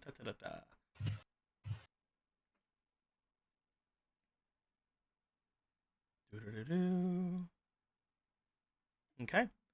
As you play the song for the three of them, you do find that when you play it and you think of Obra and Gorthos in particular, Gorthos seems to give you a sort of understanding that there is a humongous cursed existence as far as Gorthos is concerned. You find that the body he is inhabiting, as well as Gorthos himself, is very strange. Is very weird. But they seem to be healthy enough. You look over at Obra. If you had done this, if you had done this actually before, which is one of the reasons I haven't given it to you yet, you would find that she had some sort of magic affecting her, but right now she doesn't because you solved that. So that's neat. You do find that even though both of those say that they are healthy, when you say it to the old king, you find that you receive something back from him.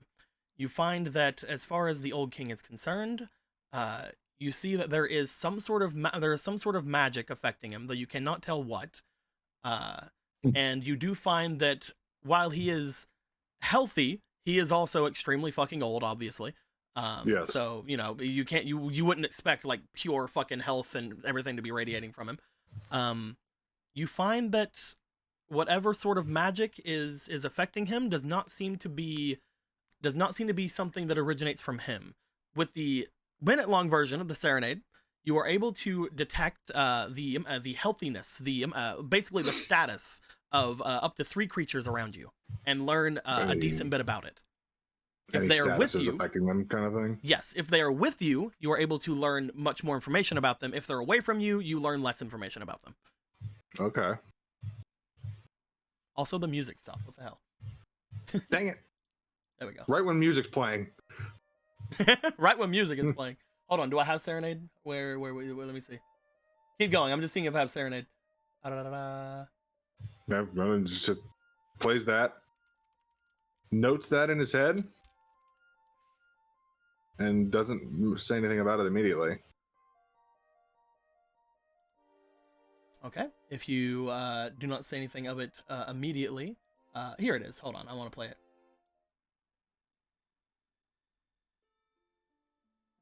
How come you're not playing? Great question. Dang it.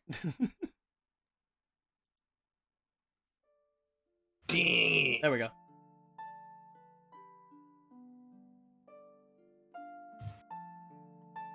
Yeah. Yeah. All right.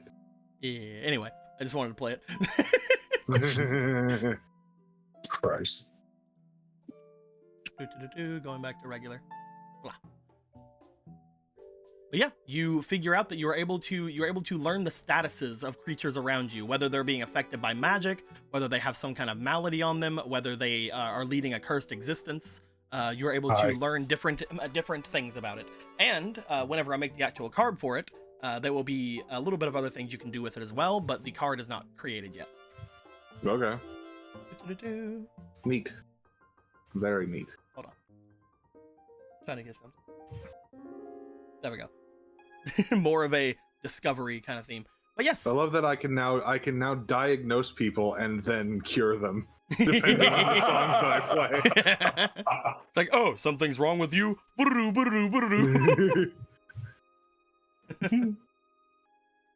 yes, that is the current thing you have going for you right now.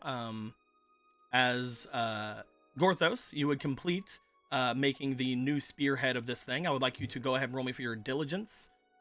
And then I would like you to roll me for your experience. Whenever you are ready.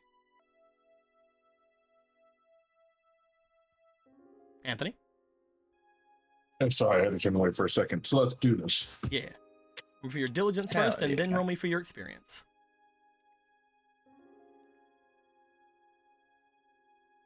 Well.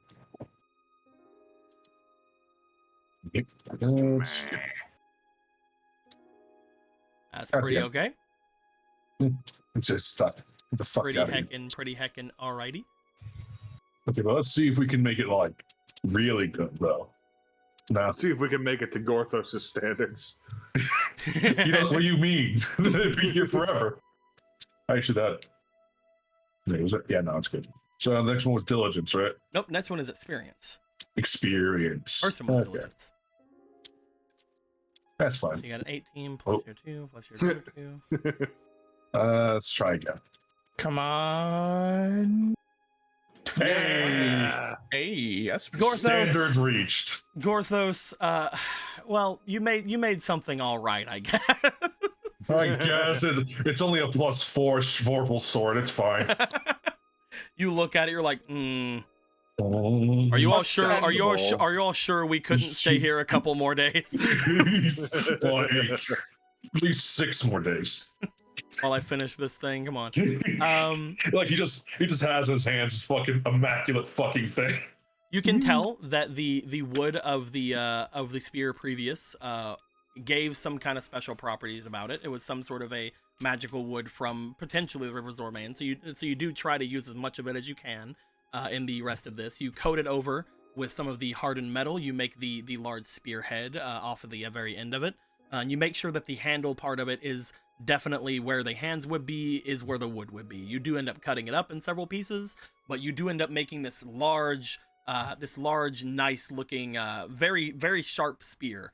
As you hand it off to him, you do find that he is somewhat hesitant, as again most of it is made of iron. However, because it is not made of silver, they are not completely against it. Because that's what the Sea Zora would use. As you hand him off this large spear, he's like, I do not believe that you can make something like this within just an hour. Are you sure you are willing to part with this? He just like kind of looks away. It's fine. It's fine. It is rather immaculate. Yeah.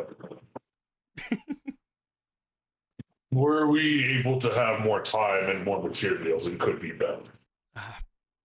Apologies for giving you something subpar. Please, Lord Gothos, don't be like that. I accept this happily and readily, and I will use this to protect all of you on the way down, and to protect my people from henceforth. You suppose it's fine then?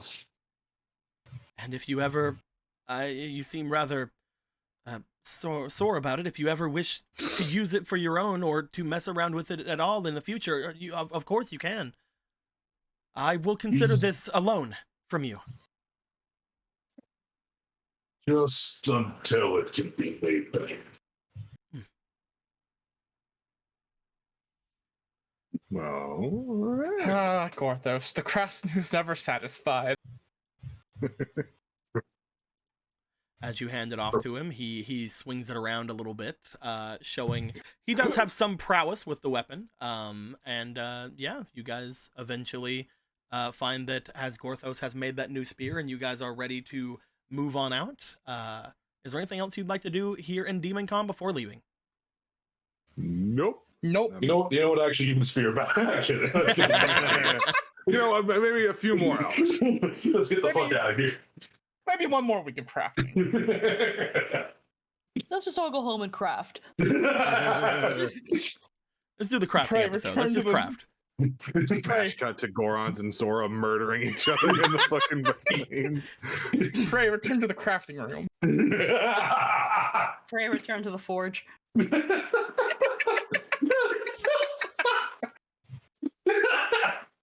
As the rest of you would make your ways away and out from the large doors heading into the Demon Manor, you would find yourselves going outwards, and my fucking god, the music stopped again, and I hate it. We'll go with this one. Perfect. You'll find yourselves going outwards into the forest yet again from outside of the Demon Manors. You say goodbye to Medeus, who would eventually just let you guys know that he will be here in case any of you need him, and of course he will make sure to keep up with all of the facilities here and make them available to all of your friends once they come in from that weird archway you guys created in the basement. But as you all travel forward, you follow the boy as he leads you up further into the northern parts of the mountains. It doesn't take long couple of hours of travel before you would find yourselves outside of an area that seems to be just outside of a large dip in the mountains, deep in a almost like a valley hidden in between several mountains, a grove inside of the Death Mountains. As you find, just looking down at it, the site of a destroyed looking shrine. Bloop, bloop, bloop.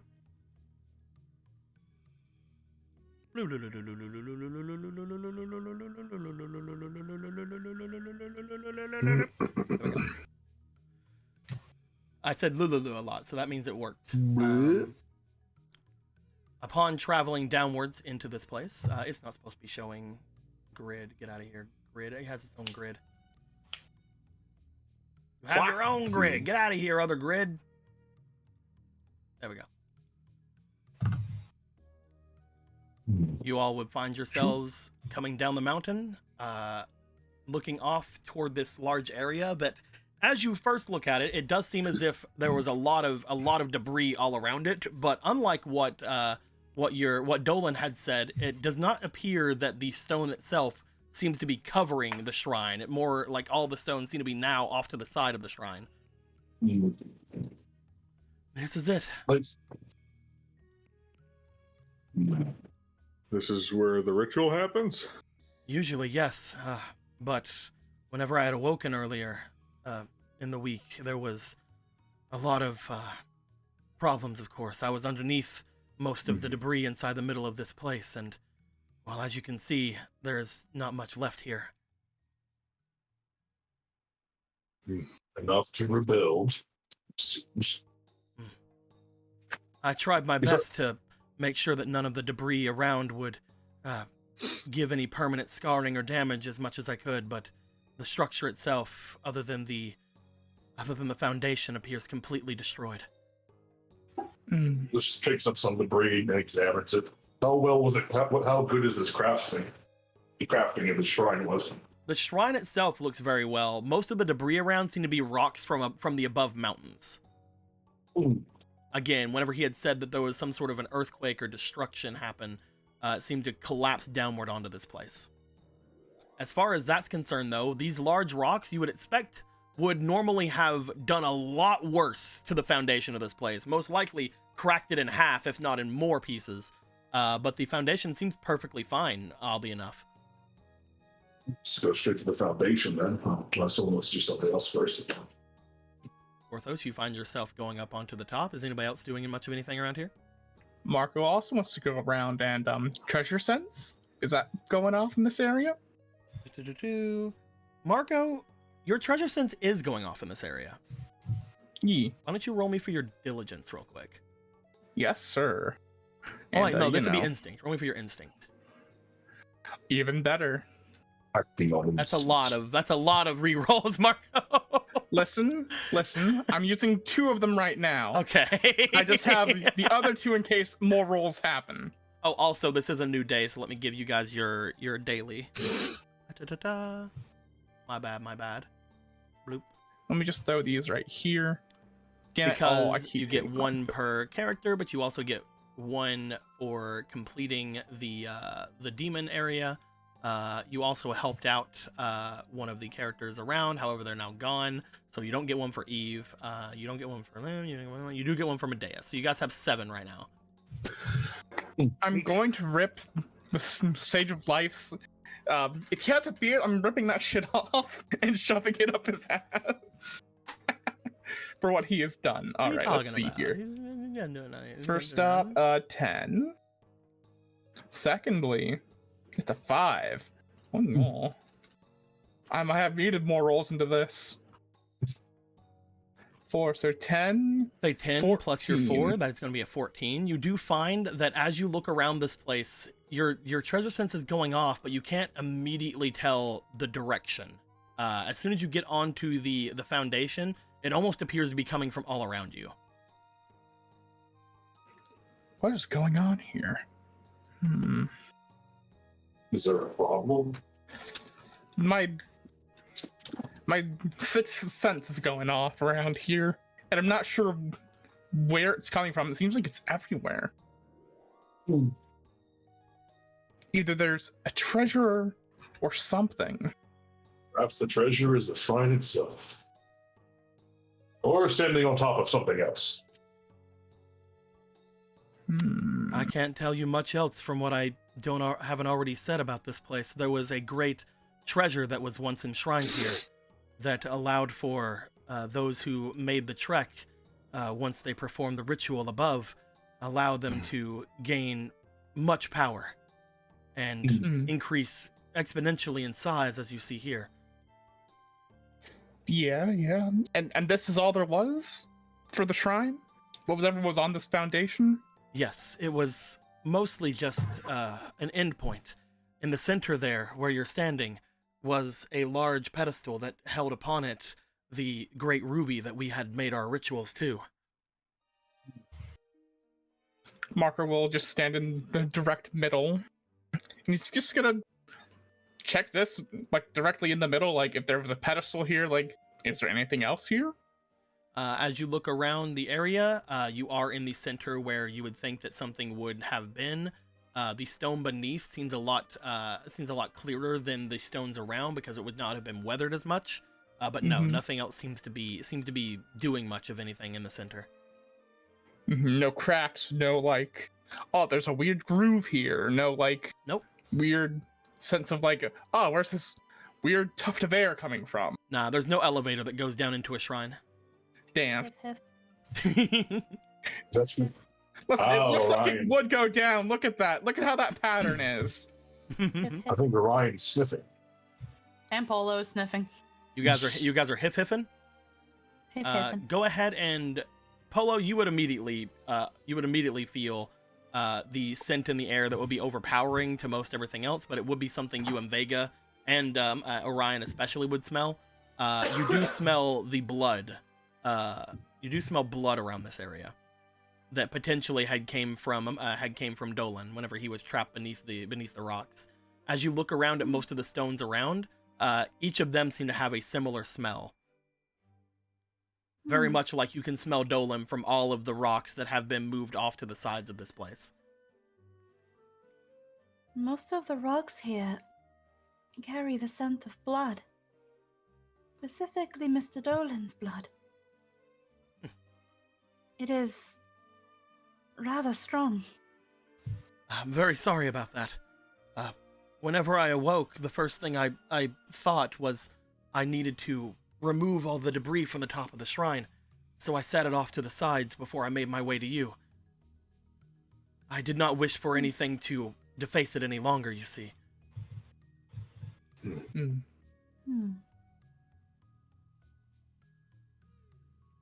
It is overtaking any other smells that I would probably be able to pick up.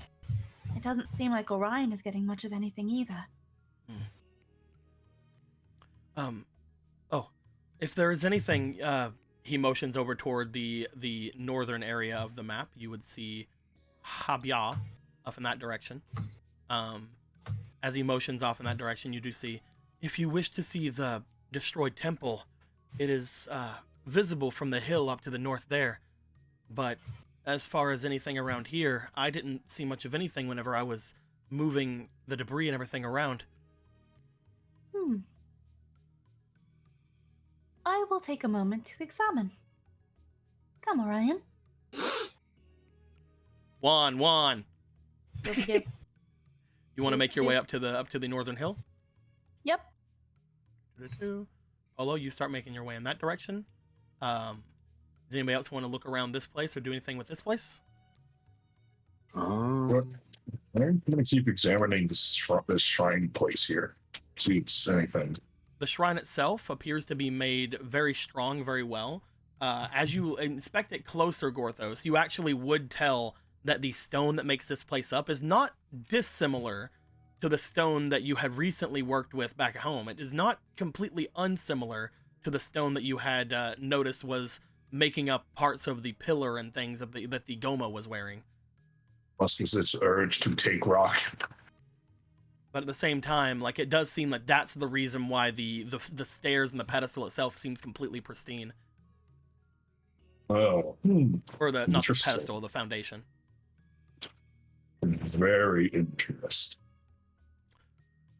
Polo, as you would make your way up onto the hill, looking off in the direction that you were told to stare off to, a rather long way away, you do see what appears to be almost like a ruined castle kind of visage in front of you. You see that a large amount of the stone that had collapsed onto this place had came from just off to the northeast from where you're staring, and it seems as if everything had came toppling down from where the direction of the large fire temple, meaning that most likely it had started there and gotten worse as it traveled down. Oh dear. Well, that explains a couple things. I wonder if that would be worth checking out, right, Orion? It does appear to be several days travel away in that direction. If you'd like to make your way off that way, you definitely can. I'm not going to stop any of you from going there, but you guys do know that most of the fire temple at this point has been destroyed.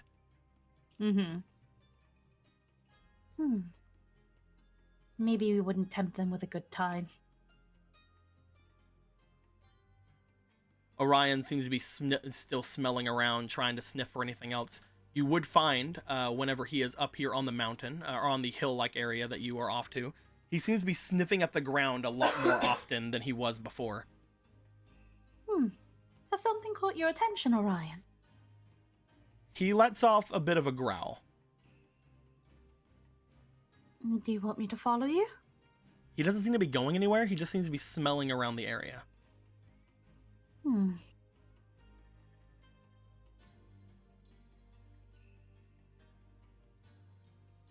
guessing you're picking up a presence then of some sort. It seems like it. As he's like sniffing around, you note that once he gets like to the edge of some kind of a smell, he seems to growl and turn around and like sniff in another direction and then growl as if he's trying to follow a trail that just isn't going anywhere. Let us explore the other corners then. Maybe you'll find something. Maybe we'll find a clue. Okay. You want to make your way off to one of the other areas? Yeah, she's gonna pick up Orion so he can focus on his heifer. Okay. Doggy transport. Mostly, if you guys would make your way off to the eastern area here, this would be the trail that you would ask that Dolan would bring up. That is the trail that you guys will be following to make your way down toward the River Zora domain. So off to that direction is where that will be going. Upon going back down to this area, you find that there is less of a hill here and more of a strict descension of the stone and rock that seems like a lot more of the destroyed area off in this way. There does appear to be a large drop, at least at that point, heading off into, from what you can tell, is some sort of a gorge off in that direction. From far off, even looking down, you can see that there are some keys flying around lower in the gorge, and you can also see them from very far off, apparently some octorok. However, it does not seem that Orion's heifer has gone crazy in any of these places.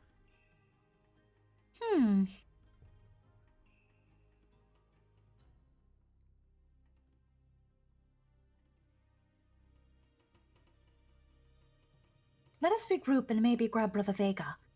His nose is really reliable too. He also can speak. You see Orion huff at that.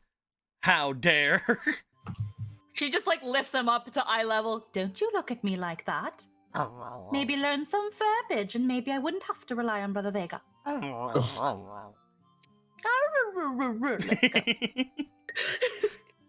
You guys make your way back. At this point, I would say that eventually most everybody would make their way and potentially find themselves either checking out the foundation or checking out things around. So I'll move everybody over here.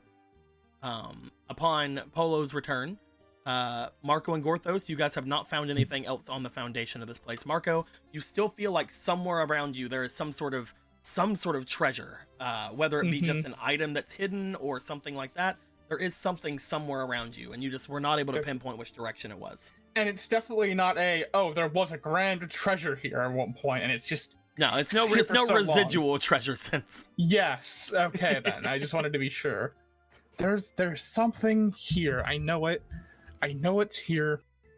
You don't know Where? where it's at, but you know it's somewhere around this area. Probably in this large square-like area of the forest. Mhm. Probably somewhere around this general area. Yeah, general area. There's something else here. Why? I wasn't Come able to see on. much of anything whenever I came other than the great treasure. If you all would like to continue forward, we can, but whenever I was moving the debris as well, I didn't see much of anything. Mhm. Doesn't really seem like there's a lot here to look at right now. We need, if there's something here, we need a more thorough investigation, which means you need a bit more time. Do you know who made the shrine originally? Any stories like that passed down? The shrine has been here since time probably forgot. It's been here forever as far as we Riverzora are concerned. It is a holy place to both us and the Gorons. When we make our way here, we find that there is much peace to be gained from here. Though, I believe the Gorons in particular are one people who don't really gain much from coming here. They still find it to be a great place of relaxation and healing. Other than that, I believe that this has been here since probably either of our races have been formed. But why? Why come up here? I get that it's important, but what is the story behind the ritual and coming up here for this? It is something that we've done ever since we have came here. It has always been some way for us to gain strength and give ourselves a bit of a, well, leg up, I suppose. In fact, some people in our village seem to think that that is how a lot of the Zora had separated from each other into the two different tribes. It seems that potentially some of the more muscular or physically fit Zora eventually evolved from our original ancestors into Sea Zora, where we diverted off toward our magical tendencies. Though, again, that's not something that is completely given out, not something that is can be heralded as truth. As far as the story would be, you would make your way here, let your prayers be known to the great Ruby here, and then after you would show your fruits of your ascension, you would find yourselves awakening into a new form, like I did. Well, it's not here, but Marco is literally going to pray to know where this treasure is. I know that the ruby isn't here, but I mean, the shrine, the foundation is here. Who knows? Do you want It might to? not- What's up? I was like, she just wanted to casually bring up the dilapidated structure just up north, even though it might not be super important. She was just like, there's a collapsy castle-y tower looking thing. Yeah, they would. Again, Dolan would have said that to everybody before. Okay, just want to make sure. But yeah, that is where off to the north. You can see it from here, but it is several days' travel up the mountains. You would see a large, destroyed, almost Castelline structure that you guys would know as the Fire Temple. Yeah. So I'm guessing the ruby here had the sapphire and the emerald had the emblem of Din on it. Potentially. Well then, time to pray to Din. Not Because why not? not a ton is immediately coming to you. You have ways of learning things. You do know that I am yes, no longer. Guidance. You're gonna use the That's guidance, his okay? Yes, that was the plan. You see, go good ahead, sir. go ahead and give me one. Give me. Yeah. You're gonna Yeah, use right here. yours. Yeah, one of mine. Okay. You have 7 fleetings. Just letting you guys know. I know, Okay. but I like mine. All right. They're green. They're green. You see. They're green. Nothing is very much coming from your praying, unfortunately.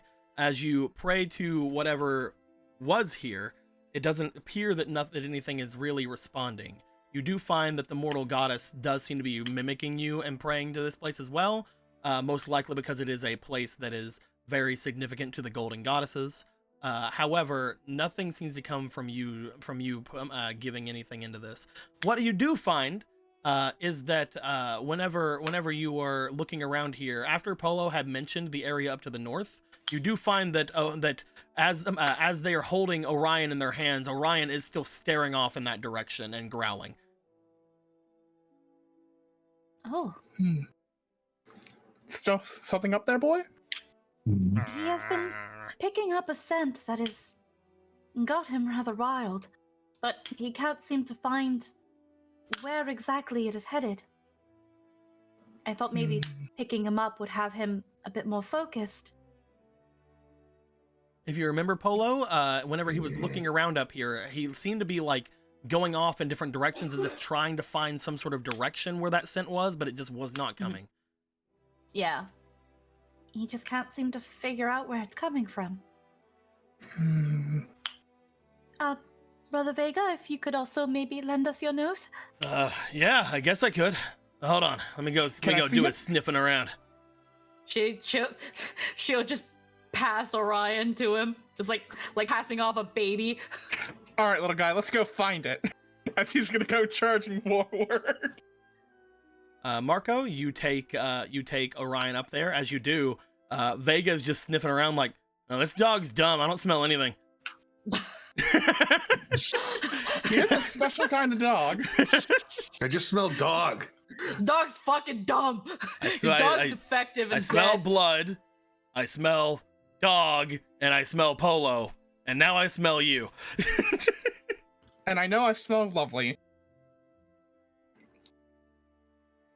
Who calls us then? Who calls? We need a golden den to have us as a statue for the goddess den. Oh geez, what the fuck? What happened? Somebody pulled a map out from the pyramid over here. Not me. Oops. I might have been trying to grab Marco when that happened. I apologize. That's fine. But as you make your way here, you do find that Orion jumps out of your hands and goes up to the top of the hill and it starts sniffing around.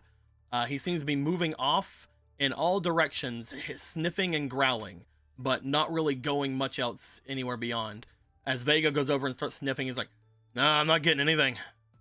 Marcus is gonna try using his treasure sense up here again, seeing if he can focus it in more. Once again, you feel the presence of a treasure around, but because you roll earlier, you cannot pinpoint the direction.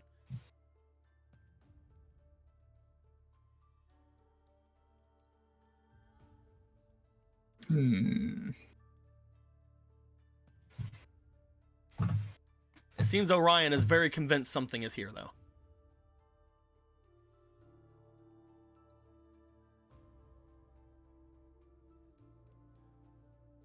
If he's convinced it's here, I mean, does the ground look like it's particularly loose up here? Nope. Just like everything else, it appears that there's some debris around, but the actual hill itself does not appear to be hiding any secrets. Okay. It couldn't possibly be the debris itself, right? As far as you guys know, the debris itself, a lot of it's just rock that has fallen from the top of the valley, and some of it is stuff that it was moved off by Dolan, but that's about it.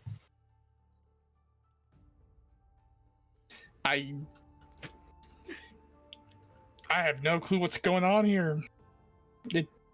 This might just be something we come back for at some point and try and figure out.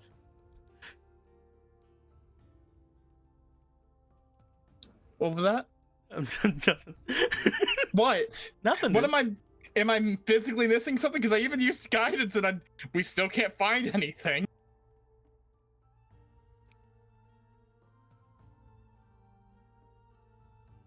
I know we haven't played in a long time. Yes. I understand that. I know we've been up in a village the whole time, a long time. Marco, do you want to look around the area? Yes. Instead of just like being up here, You wanna check out the surrounding area?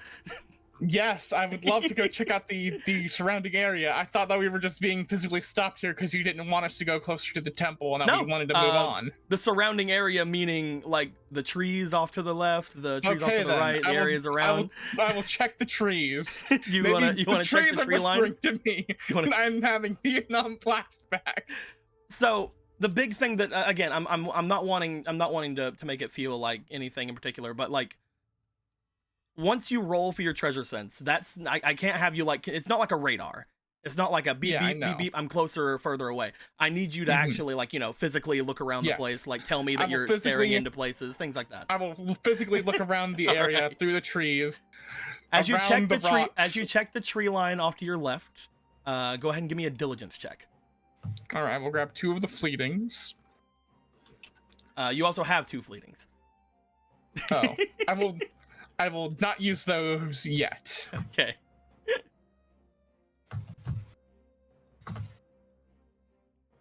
One, 2, So 15. so 15, 16, 17. With a 17, you start to check out the area around. Again, as soon as you move away from the area that Orion was going from, it seems that again he is stopping. Apparently, whatever smell is around seems to be stopping right around where he's at, and he can't really follow much of anything. You start making your way into the trees. You do find, upon coming in here, there does appear to be a slight clearing in the trees. As you step in, you see that there is a very thick canopy above that would probably stop any sort of rain and things of that nature. But upon going further and further in, you do see, just around the midpoint of the trees here, that there is a large opening where someone seems to have maybe made camp around the area. Ooh, a campsite. I'll check that out. It doesn't appear to be like the Bokoblin camp you had found before, which was very crude. This seems very much like there might have been a tent here at some point. Oh, shit. Do you remember what Dolan had said before whenever he had made his way here? He said that he met with the River King or the Ocean Zora King. No, that person eventually showed up, but there was someone else here originally. If you remember what he had said. If anybody else remembers as well, they can say it. Yes, if somebody else remembers, please. Some Doesn't the Sage came of Life having a cat? Yeah. Sage of Life have a campsite close by? Well, that's a little bit further away. Never mind. That is hours away at this point, because you guys had Yeah. made your way here from the area a couple of hours. But if you remember, Dolan had mentioned that he had met a really good friend around this area. Oh yeah, a really good friend. Oh, cool, and a really good friend, a necromancer guy. Cool. Oh, fucking God. He will. As you begin looking around the area, looking around the campsite area, you do find that there is, again, most of the area was just kind of cleared out, and whoever had stayed here had already packed up their things and packed everything away. But as you continue to look around, you do find that if this is a campsite, obviously they would take the camping precautions and things of that nature against any sort of things around, any sort of beings around. You begin to look up into the tree line itself, which again they had used as some sort of canopy from what you can see. Up high in one of the trees, above where you can see there was a fire pit, you do see that there is a familiar looking red satchel up in the tree. Mark is gonna go ahead, jump up, use his grappling hook, and grab that thing. Grapple that fucker! I'm gonna grapple that fucker down. I mean, maybe not like that, but sure, why not? No, it's you could easily just fucking with your jumping combined with like different things here. You jump up there. You find that this satchel that seems to be up there. It's not really even a satchel. It's more like a piece of like fabric holding onto things. You see what appears to be that same red fabric that you guys have found before inside of the demon area, only this one seems to be holding supplies of sorts. As you bring it down, you find that there is a variety of items inside of this this piece of fabric. Upon opening it up, you see what appears to be some preserved meats, as well as a couple of potions. Ooh, a couple of potions. Interesting. You find a small purple potion, and a small blue potion inside. Ooh. As well as Interesting. looking around, or not looking around, but looking at the meats itself. The meats themselves seem to be from boars. Seem to be preserved boar meats. Interesting. You I'm know, guessing this must have been you the know treasure. again from like camping and things of that nature that people usually put things high so that things can't get to them. Mm-hmm. As you check that out, you do find that your treasure sense does seem to dull, but does not immediately go away. But There's at this something else. point, you can tell that whatever else is around this area seems to be potentially hidden from view, much more than this would have been, because this one was giving you the most of the pull. As you walk that way, eventually you do find that both Vega and Orion make their way there as well. And upon coming into the actual camp area, Orion begins to bark wildly. Like, this is it! This is the fucker! This is it! I fucking found it! Good job, little guy. Pet, pet, pet. So this red fabric again, it's a bag, or is it just like a little? It is just a piece of fabric that people had rolled up. It seems to be very similar to the fabric you guys have found on Lucifer before. But because no one's around to cause you to become best friends with them, it doesn't really seem to work that well. You can tell that just like that bag, though, it is a piece of cloth you could potentially use for any kind of messings with the environments and things, like any sort of crafting or stuff you might want to do. Gotcha. Well, we found it. There's something else, but I don't think it's. Something else? Yeah, I think it might be farther away, but I don't. It doesn't seem to be farther away. It just seems that it's giving off a much less of a sense, meaning it's probably more hidden. Potentially, maybe even hidden by magic, whatever it is. I think it's hidden, maybe by magic. I don't know much about that. I know, I've got weird senses. It's fine. Should we make our way back then? Now that this dog apparently found whatever it was sniffing for, I still can't sniff anything around here.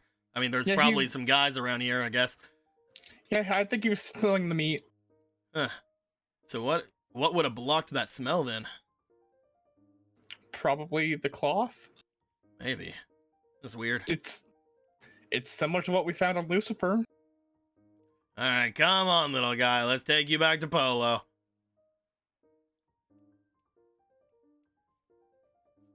You make your way out, Marco. Allow me to create those items for you. But yes, you guys see Marco coming back with a large satchel full of things. I will be right back. I gotta go put something away. He's gonna go put them all away, though. He doesn't want you guys to have them. They're his things, and they belong to him. Say, oh, what'd you find? Blah. Oh, that's very interesting.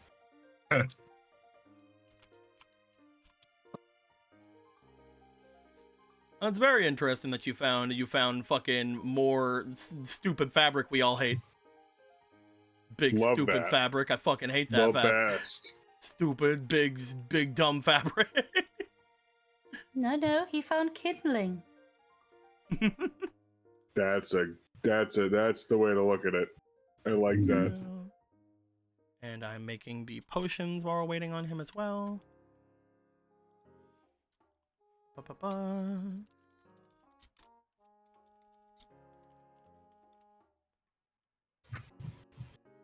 Small potion and a small blue potion.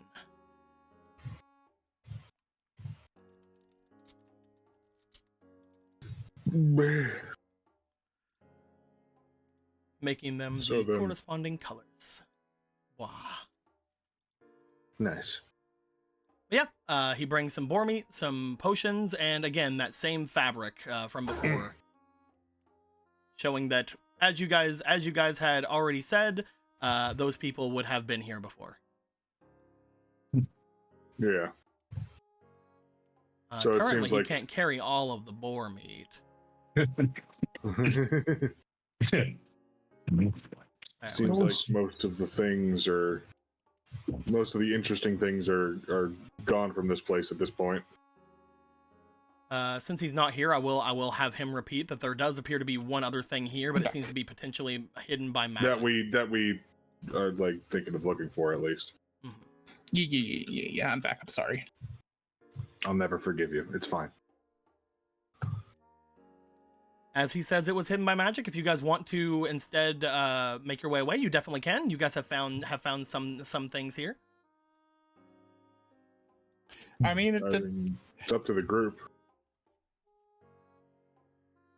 depending on how long ago the magic was placed, your one song might be able to tell where it is. From what you guys do remember, whenever he tried using it on Dolan was here for quite a while, which means whatever magic is probably here was also here for quite a while.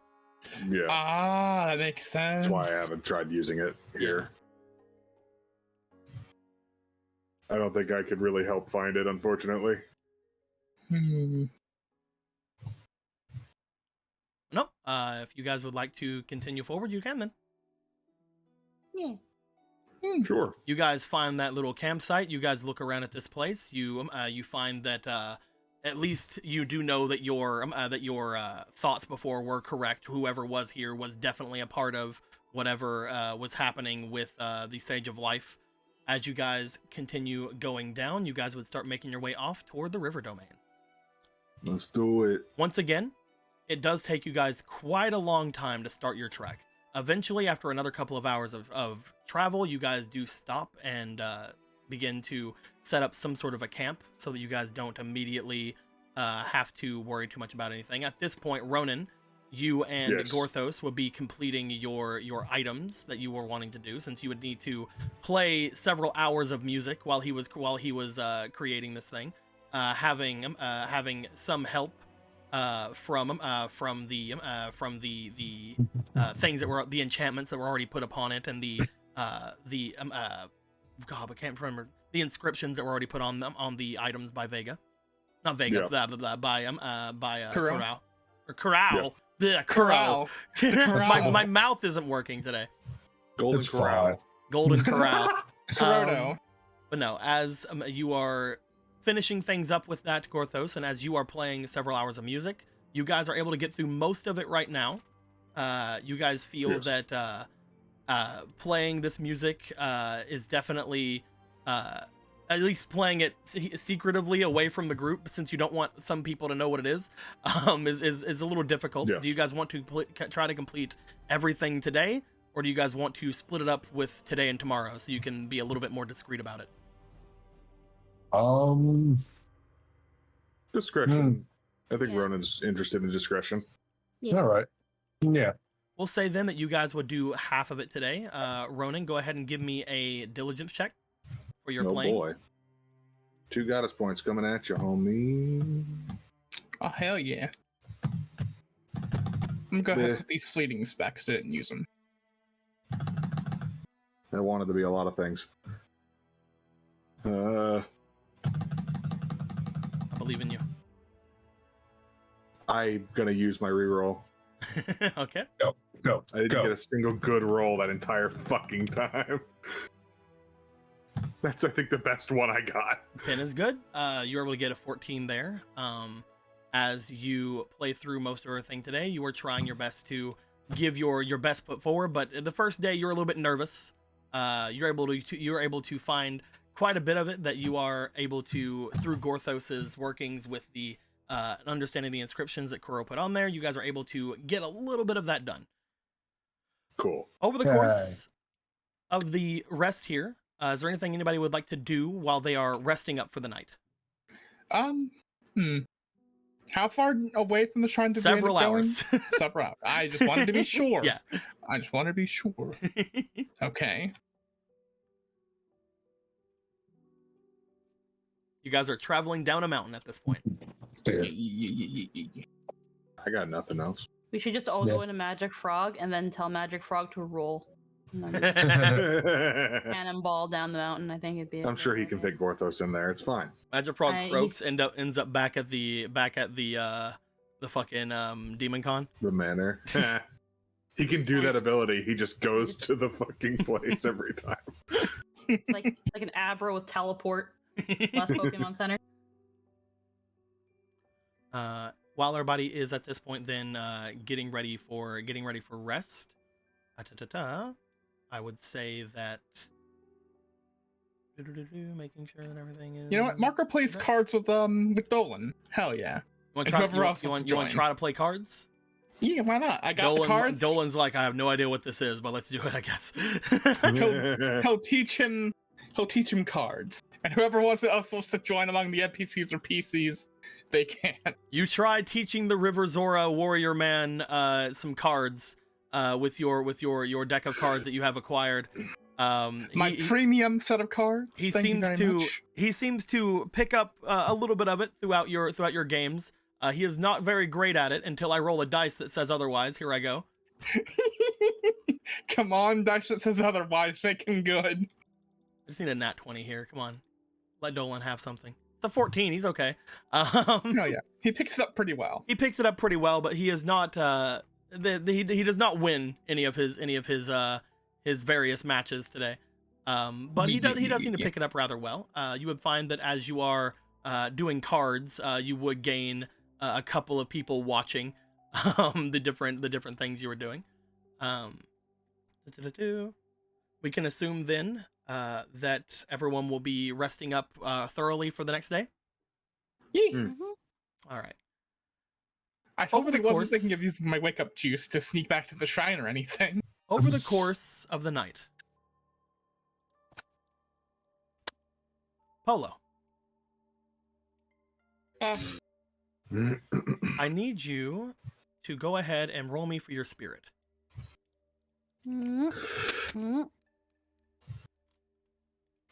Oh wait, hold on. Let me get rid of these 2 baths from earlier.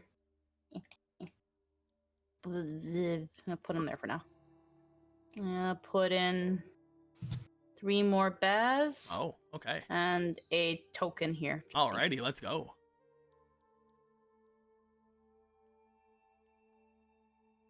Alrighty.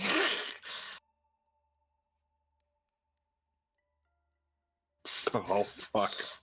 Give me this fucking... Not today. Okay, fine. This is still with a +7 because of your demonic presence giving you a +1 on your spirit. Yeah. So as you would see this, that is a 21. Polo, you would find yourself in a very familiar situation, one that you do immediately recognize. If you did not immediately recognize this, I would give you very vague things, but you can tell you are getting a vision from your father's artifact. Yeah. As you do, you find that in front of you, you see a large Zora you have never met before. He seems to be lit up as if some sort of a flame or some sort of a fire was all around him, staring downwards toward potentially you. You're not sure from which perspective you're looking at this from. As you see, this large Zora man seems to reach out towards you and pick you up. You feel your breath catching in your throat as he appears to be lifting you up from the throat. You rolled a 21, so I will let you know that this person does seem to be... It seems to not dwarf Ronan in height. Obviously, Ronan is a very large person, but as he picks you up, you can really tell the difference in height from this person. And as you do, you hear someone yelling off behind you. Someone you recognize yells. But then, this man looking up toward them, not a smile or anything on their face or anything like that. He seems to toss you aside. And the last thing you see, whether it's you or someone else or anything, you see something getting ripped off of you. And looking down, you see a sea of flames as you're getting tossed downward. At which point you would wake up.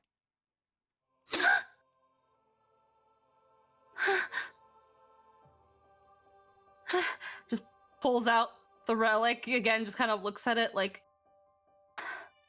what was that?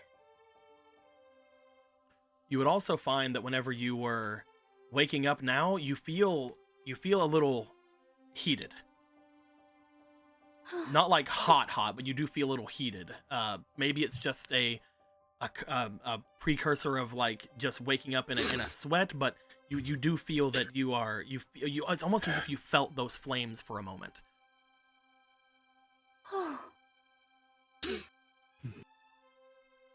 I'm guessing at this point you would be closest to probably Gallon as you were sleeping. Well, it's unfortunate that Jake is not here. Wake up, Gallon. Wake your ass up. Man, that point of exhaustion's really making the most He doesn't of it. have any anymore. He slept. No, remember, it's right there, right tucked behind his ear. There's that point of exhaustion. There's that We'll say fucking point of exhaustion. No.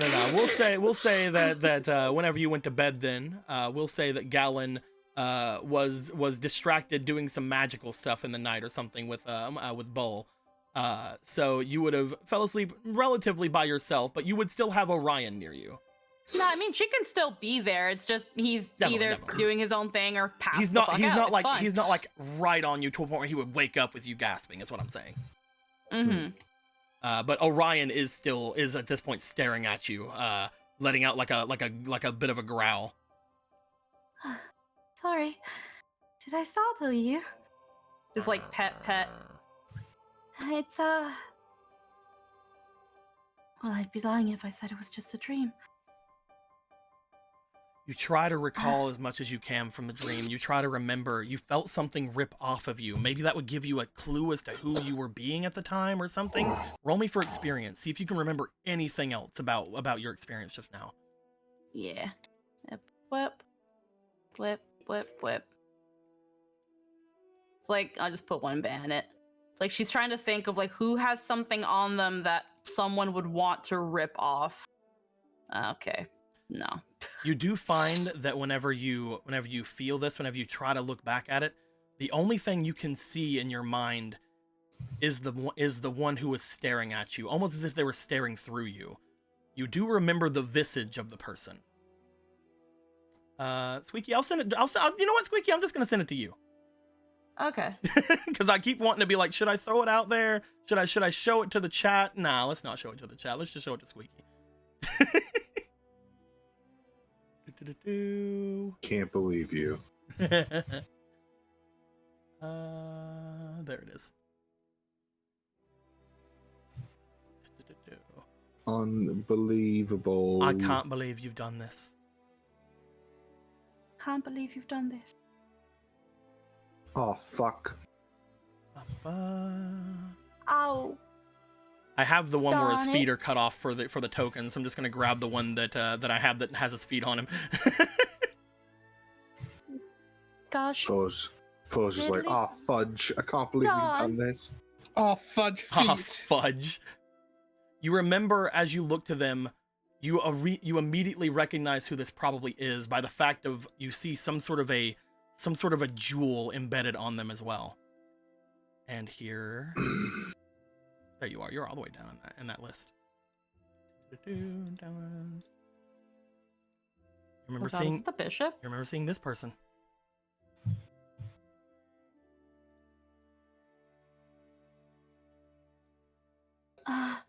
Oh. Okay. Who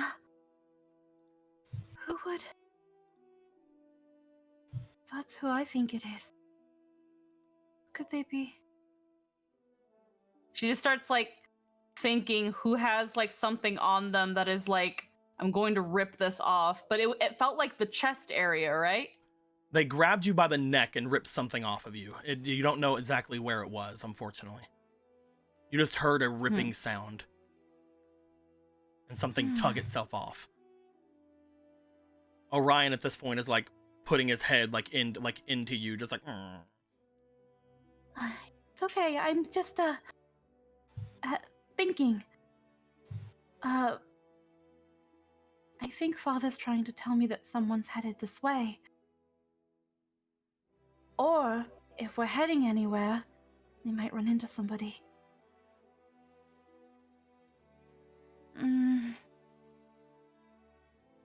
Just kind of like looks around like Grabbed by the neck. And something ripping. You You look at Ronan's She's neck like- and you're probably like, probably not Ronan. With that fucking gigantic neck. She looks at Obera, where it's like, grab someone by the neck, rip the gem out, because she doesn't does she still have her gem on her? She has a gem. You do know that that whenever Ronan had said it to everybody that he basically she have given the gem over to them. Yeah. But they do have their necklace. You're going to the river domain, so maybe she's gonna get her some sort of replacement. Who knows? Is she still wearing the fairy heart, by the way? She currently is, yes. Not that Polo would know what that is, but No, but You would it's see just- you would see along Obera's arm there is a almost like a crisscrossing of 3 crescent moons, almost like bangles on their arms. Mm-hmm.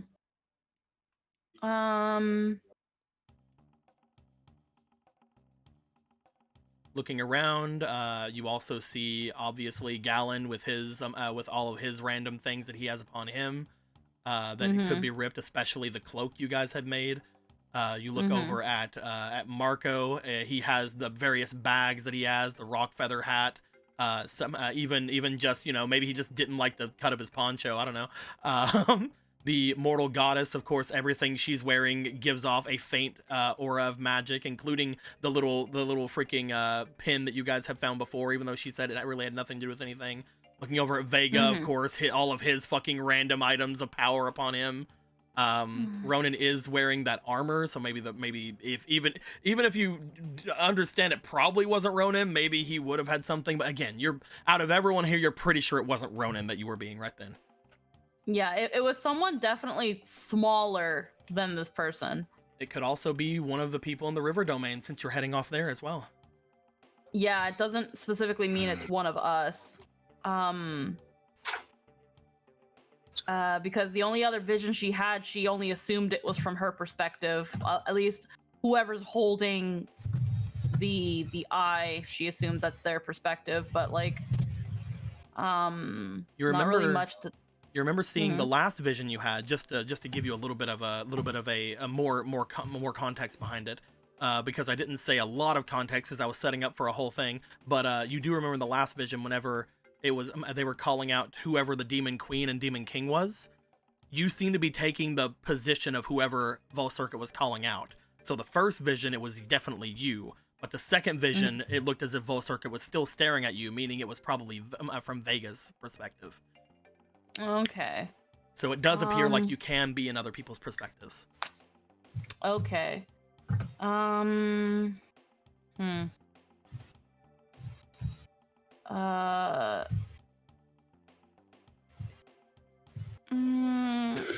It's still pretty vague. I'm sorry. I'm drawing blanks. No, it's here. completely fine. I don't know what to do with this information, and everyone's asleep. You know that at this point, potentially looking out for things is, I guess, the biggest thing you can kind of gather from it.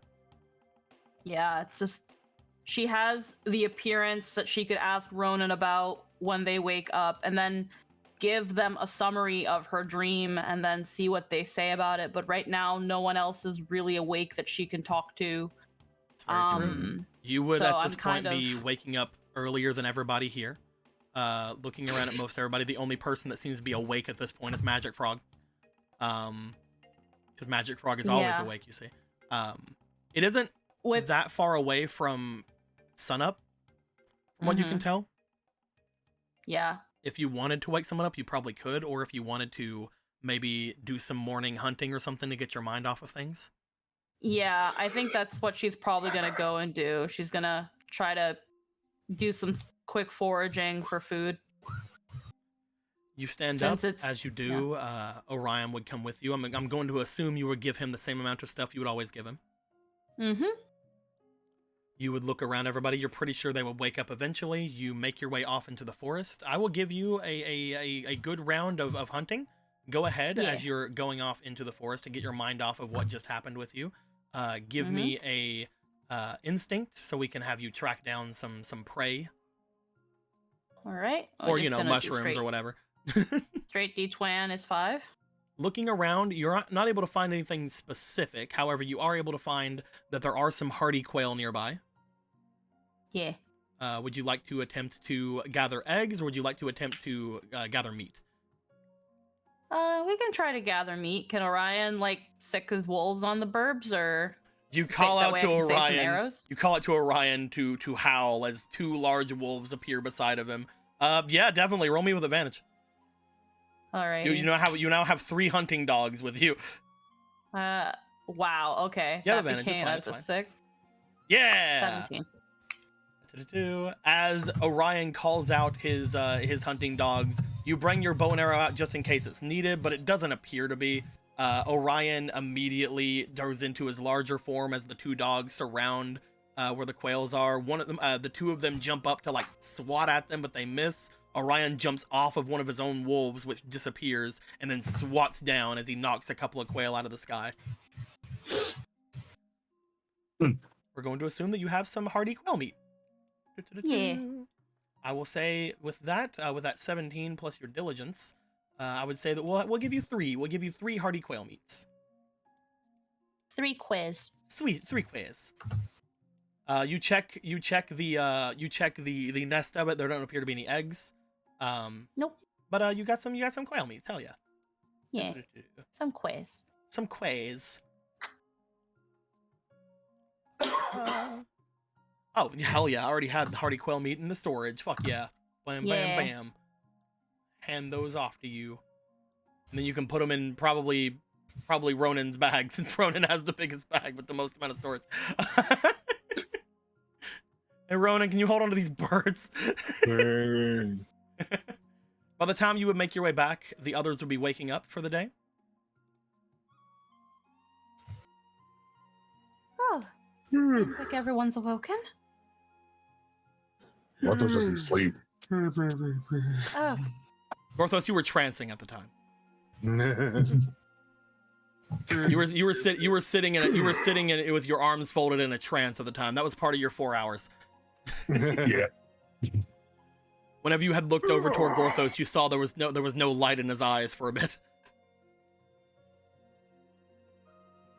Oh, looks like you got some food there. yes. Very impressive. I sort of was woken a little early, so I thought I should start the day on a productive note.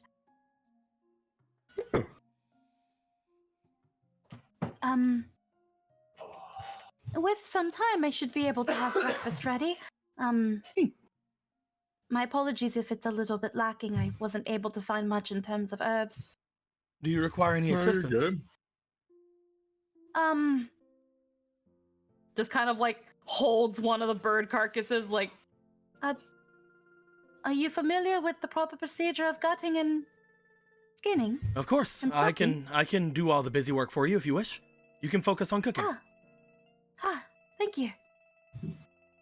I forget. Were the boar meats still good, or were they just? They were preserved, so yes. They were preserved meats. How many? There were like 3. 1, I 2. put them in Ronan's inventory because you had no room. Thank you very much. I apologize for having to get up at that point. Yeah, you were gone, so I just threw them in someone's inventory. Thank you. You would find that as he undresses things, what do you want to make for breakfast, Squeaky? We're just gonna keep it simple. Just roast the bird over fire. You could definitely just do that. Yeah, just roast bird. I will take 2 of your burbs. Yeah. 1 and 2.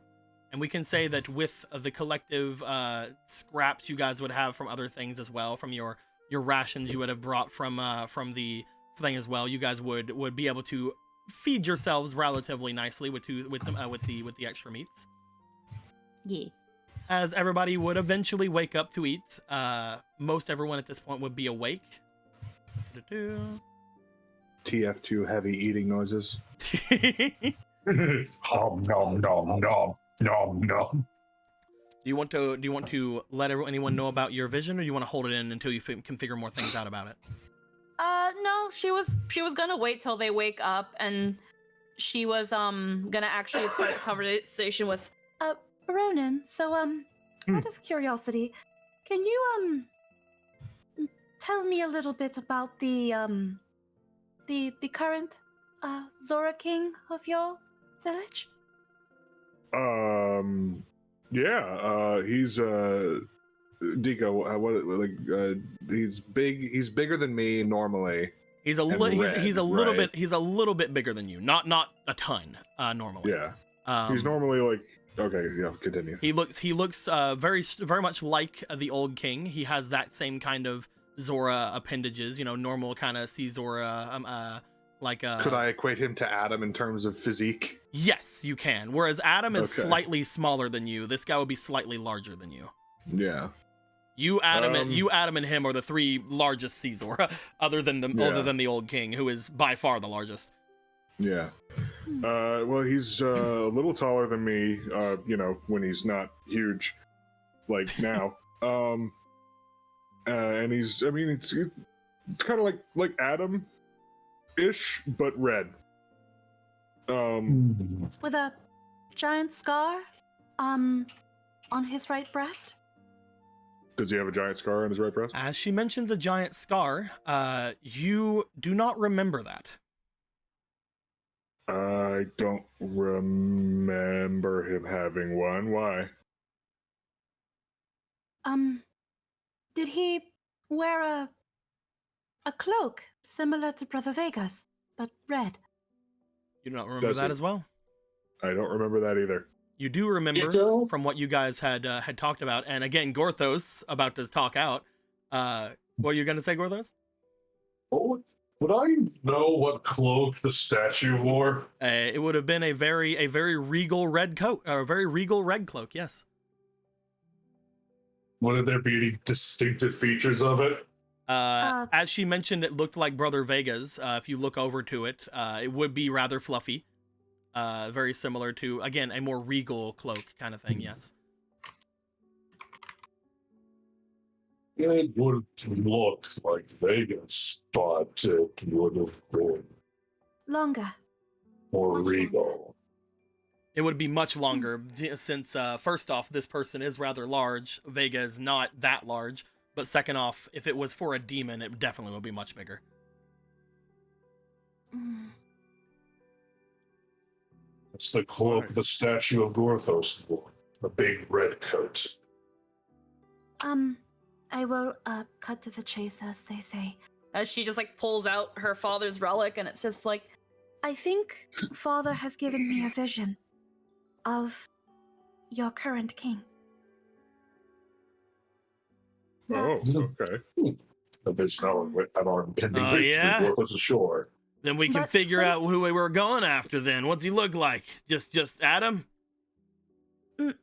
no, he is rather large and imposing. A red Zora with a similar physique as you and Mr. Adam Ronan, carrying a long regal red cloak, a very, very large scar upon his breast, and what seems to be a large ruby on his forehead. Ruby. That would make sense if it was him. And On his Ruby. forehead. Did it look? Does Gorthos know what the Goron's ruby looks like? Yeah. He describes the Goron's ruby. Yes, Golden, quite. about shaped like this. It almost reminded me of a tulip, a diamond red jewel, and on the bottom it is inlaid on a what seems like a golden crest. The absolute audacity of Gora's grace. It seems to be almost forcibly embedded, and his eyes hold so much veracity and are bloodshot. He does not know the word until Gorthos. So wait, you got this vision now about him? When you were asleep, I mean? Mhm. But I did not just see him, per se. I am still somewhat learning the nature of my father's visions. At first, I thought they were from my own perspective, but now it seems to be the perspective of whoever it is relevant at the time. It seemed like like I was grabbed by my neck and something ripped from my person, or whoever the person in question is. But I can't seem to remember what it is that was extracted or from where. All I know is that they are much smaller in stature than him, and that it must be something that he must be after. I don't know what everybody is carrying, whether or not it is valuable. I know we each have something to ourselves, but I know nothing of what the Sora King would want. You remember as well, whenever I was kind of describing the thing, it was being ripped from you, as if without any care. So potentially he was either ripping it off because it's something they want, or maybe he was just destroying it because he didn't like it, who knows. But he didn't look like he put much care into doing anything he did. Even whenever he tossed whoever it was, he tossed them kind of nonchalantly without even looking at them. Well, I say want rather liberally. It just seems like whatever it was, he didn't want it on their person before, I think, casting them aside into a fire or lava or something rather hot. Fire? Mm-hmm. But we're leaving Death Mountain. I do not know. I tried to recall at least the surroundings to see if they seem somewhat familiar, but he was so large it obscured almost everything. So Then there's no way to know if it's like there's no lava or fire in the river domain in there, right? No, not at all. In So then fact, he it would is- be, again, the reason that this is such a trial for the warriors who wish to come up is because they have to deal with the, well, less moisture being in the air. The funny thing about fire is that it can pop up where you could least expect it. Is your domain flammable? I would say out of everywhere in Hyrule, probably not. It is... it is most likely the least flammable, other than maybe the sea domain itself, with all of its metal everywhere. Lots of very wet wood and very wet ground. Highly villages are wanted. Especially once built their dams. So he's throwing someone into fire or something hot. The only other thing, Squeaky, that you do remember from it, and it was mentioned like right before the toss into the flames, was that somebody yelled at them and got their attention. But you weren't able to figure out exactly who that was. It was some kind of muffled yell that seemed to draw his attention away from whoever he was tossing and cause him to just nonchalantly not care about them. There was one thing, a voice that seemed to draw his attention. Hello? Hello. Oh, we're good. No? Okay. Sorry. No, I got you. No, I thought You never did anything. You're going. Oh, okay. Yes, it drew his attention, but again, he seemed rather indifferent to what was going on. Something Looks that like you I might gotta- want. Looks like we gotta beat some sense into your king, eh, Ronan? I mean, we already knew that. Treating whoever he was fighting like they were nothing. Something he might want or not want someone to have. But your first vision or whatever was for something that immediately happened, right? Is this? Do you think that it's always going to be like this with your visions? Because we were made the assumption that he went to the other side of the mountain. Yes, from what we can tell from what your visions are, I've already mentioned it to Ronan as well, Polo, but your visions are very, very much interesting to me. You have a very similar kind of outlook to you than I and maybe someone like Pika and my mother have, where your visions seem to be almost immediate but can change. whereas ours are more long-term and seem to be a lot more fixed. I was mentioning how I was even much more impressed and a little jealous of yours, to be honest. I am still figuring out the ins and outs, and it is not something I can do at will, unfortunately. All I can say is that, as far as a fire in the river domain, we haven't had any sort of natural fires or even abnormal fires in quite a long time. If this is something that can change, perhaps rushing to the river domain would be the best way to do so.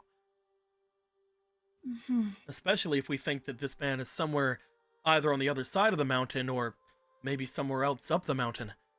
Perhaps, he looks over toward Marco, you and Polo had mentioned seeing the way up the mountain toward the fire temple. Perhaps this was something we might have thought about today? At this point, I can assume we are never going anywhere near there, at least in the immediate future.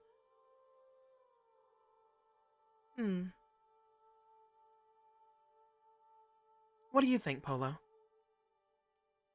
The immortal goddess makes their way over to you and just sort of like looks you over.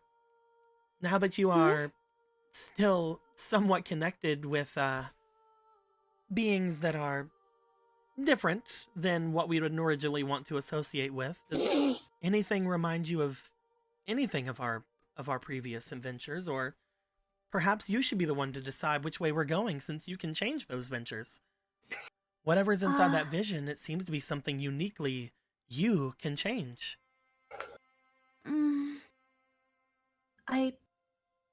I fear if we go one direction, it might be... I feel like there's something I'm still missing, but I can't trigger it again. I don't know how. I feel like if I just get one more detail, I can at least give some thought of where it could possibly be taking place. Oh, but he's just so darn big!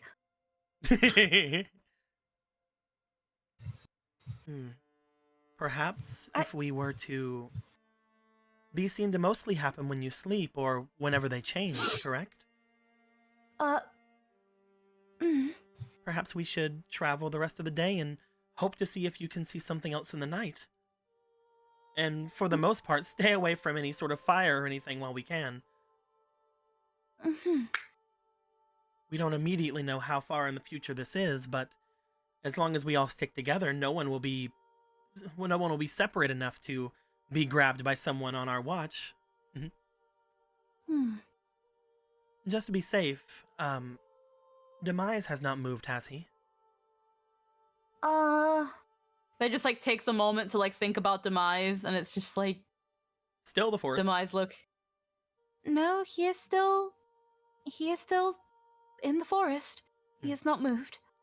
Okay, so we can assume that it has nothing to do with that then. Let's not jump to conclusions.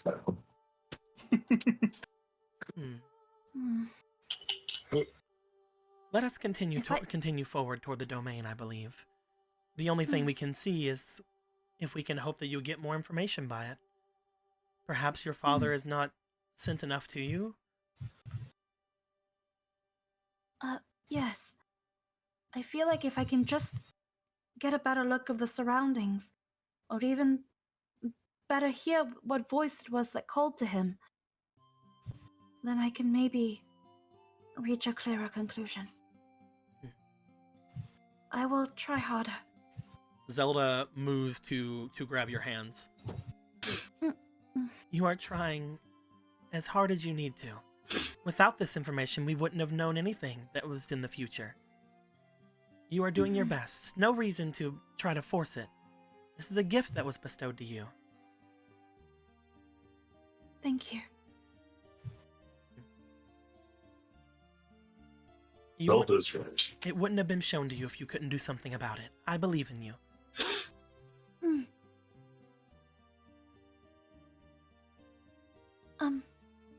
It might be rather imposing, but what is the name of the new king?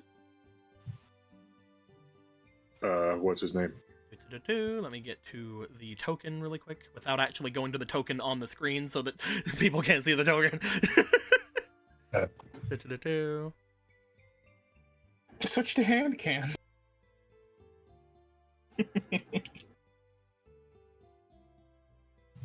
You know that the current king's name is Gidon. Gidon? Gidon. I can only base a theory that if the location of the vision was Zora's domain, maybe someone calling him by name is what drew his attention. Since one would maybe think that no one would know him by name in the river domain. But this is only a very loose theory. No, that's a very good theory. If we can surprise him by letting him know that we know of him, then that means we may be able to gain more of an advantage on him. I have my own theory that I don't like. Please share it. He looks over to Obra, and then down to the thing on her arm. She looks over toward the fairy heart on her arm, the heart of the sea. Are you worried about me, Ronan? Well, yes, obviously.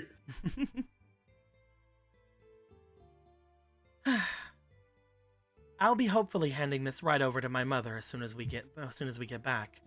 It is apparently my mission, so as long as all of you stay around me on the way back, we shouldn't have any much of a problem, should we? Unless you want to hold on to them for me. I mean, it might be Though, be more. She actually narrows her eyes as she looks to you at that point. Though now that you mention it, perhaps not. What? She kind of like looks away. If there was ever a time for secrets, it is not now. It's not a secret. It's before we left the castle town, Pika told you about something to watch out for, Ronan. And I'm not going to be the one to put you in that danger if that's the case. Lava? I mean, she did tell me to watch out for it, but I mean, I'd much rather have it than you have it, honestly. Then neither of us have it. Porthos will carry. As she looks up towards you, Gorthos, I think I will hand it off to Dolan, as he is another one of my tribe who will take it straight to the queen and she will ask no questions. For you, we still need to make sure that she recognizes that you are not a threat. Walking in with the heart of our people might not be the best option for that. That's fair. I honestly, just as long as I just didn't want you to have it. And I just don't want you to have it. These weird feelings are dumb. They get in the way of everything. Here, Dolan. She just chucks them at him. He's like, ha ha! These are holy artifacts. Stop. Don't just throw them. Well, I mean, at least you're honest about your feelings, unlike someone we know. Porthos doesn't know what you're talking about. I'm talking about the Bandit Queen. Oh. Oh yeah, she is very funny. Oh yeah, she does exist, doesn't she? Porthos has forgotten. I really enjoy her, honestly. She is a dear. I'm actually looking forward to seeing her again in our domain. That is where all of them. That is all of them from where all of them from Ateno had gone, I believe. Yeah, that's true. Hopefully, your Caesar friends are welcomed in as well. Though I believe they would have a little bit of a harder time. Probably. Yeah. As soon as Gorthos walks in, any hard times they would be giving them will drop immediately, he assumes. Then, shall we make our way? And be sure to keep a watch out for anything, well, difficult on the way. We'll have one more night before we can get to the domain either way. All right. All right, yeah. If anything's stupid enough to stand in our way with Gorthos being here, they deserve what's coming. I believe most things should keep a wide berth of you, especially. You would think, but Gorthos' name has been forgotten. It's like, are you gonna get that big, Vega? Huh? Are you ever gonna get that big? By the way, just so people know, the bone skeleton of this thing is more or less not as big as this, but it is around like half of Ronin bigger. So like it would be Ronin size, which Ronin is around like, what did we say, like 8-9 feet? What'd we say? Yeah. 8? Ish, yeah. Yeah, so the Gorthos would be currently around like 12 feet tall. Yeah. Okay. Okay. Still, though, are you ever gonna get Yeah. that big? Probably, I don't know. Well, how big was father? Looks over toward Gorthos. I mean, we can have ourselves be as big as we need to be, really. How big can you get? Currently not amazingly. I can get a little bigger, but I don't really like it. You see him like look away, sort of embarrassed. Can you like become like bigger and still look like you, or do you like take on a different Not form? yet. You become really fluffy, don't you? Shut the fuck up, Marco. Do you turn into a giant? Do you turn into a giant sheep? I do not have to answer that question. So is the other one also turned into a giant fluffy sheep? Oh yeah, he turns into a sheep. Well, considering that you and brother had are twins, then I do not have to answer that question, Polo. it was not. I think you already have. Ah! Gorthos also get much bigger before them. Is it bipedal or quadpedal? That must mean that father must have also turned into a very big sheep. How much If I do you remember guys like Marco? If I remember lot. the first, Okay. if I remember, I also like me a lot, and I like you a lot. I like you If too. if I remember the very first vision I had of father when you lent me your horn, I saw what seemed like a very big, imposing sheep. Interesting combinations of words we're hearing today. Sheep can be very imposing, Gorthos. Gorthos, you would know upon, being a before demon. Demons would have normally just the one form, which is their large demonic form.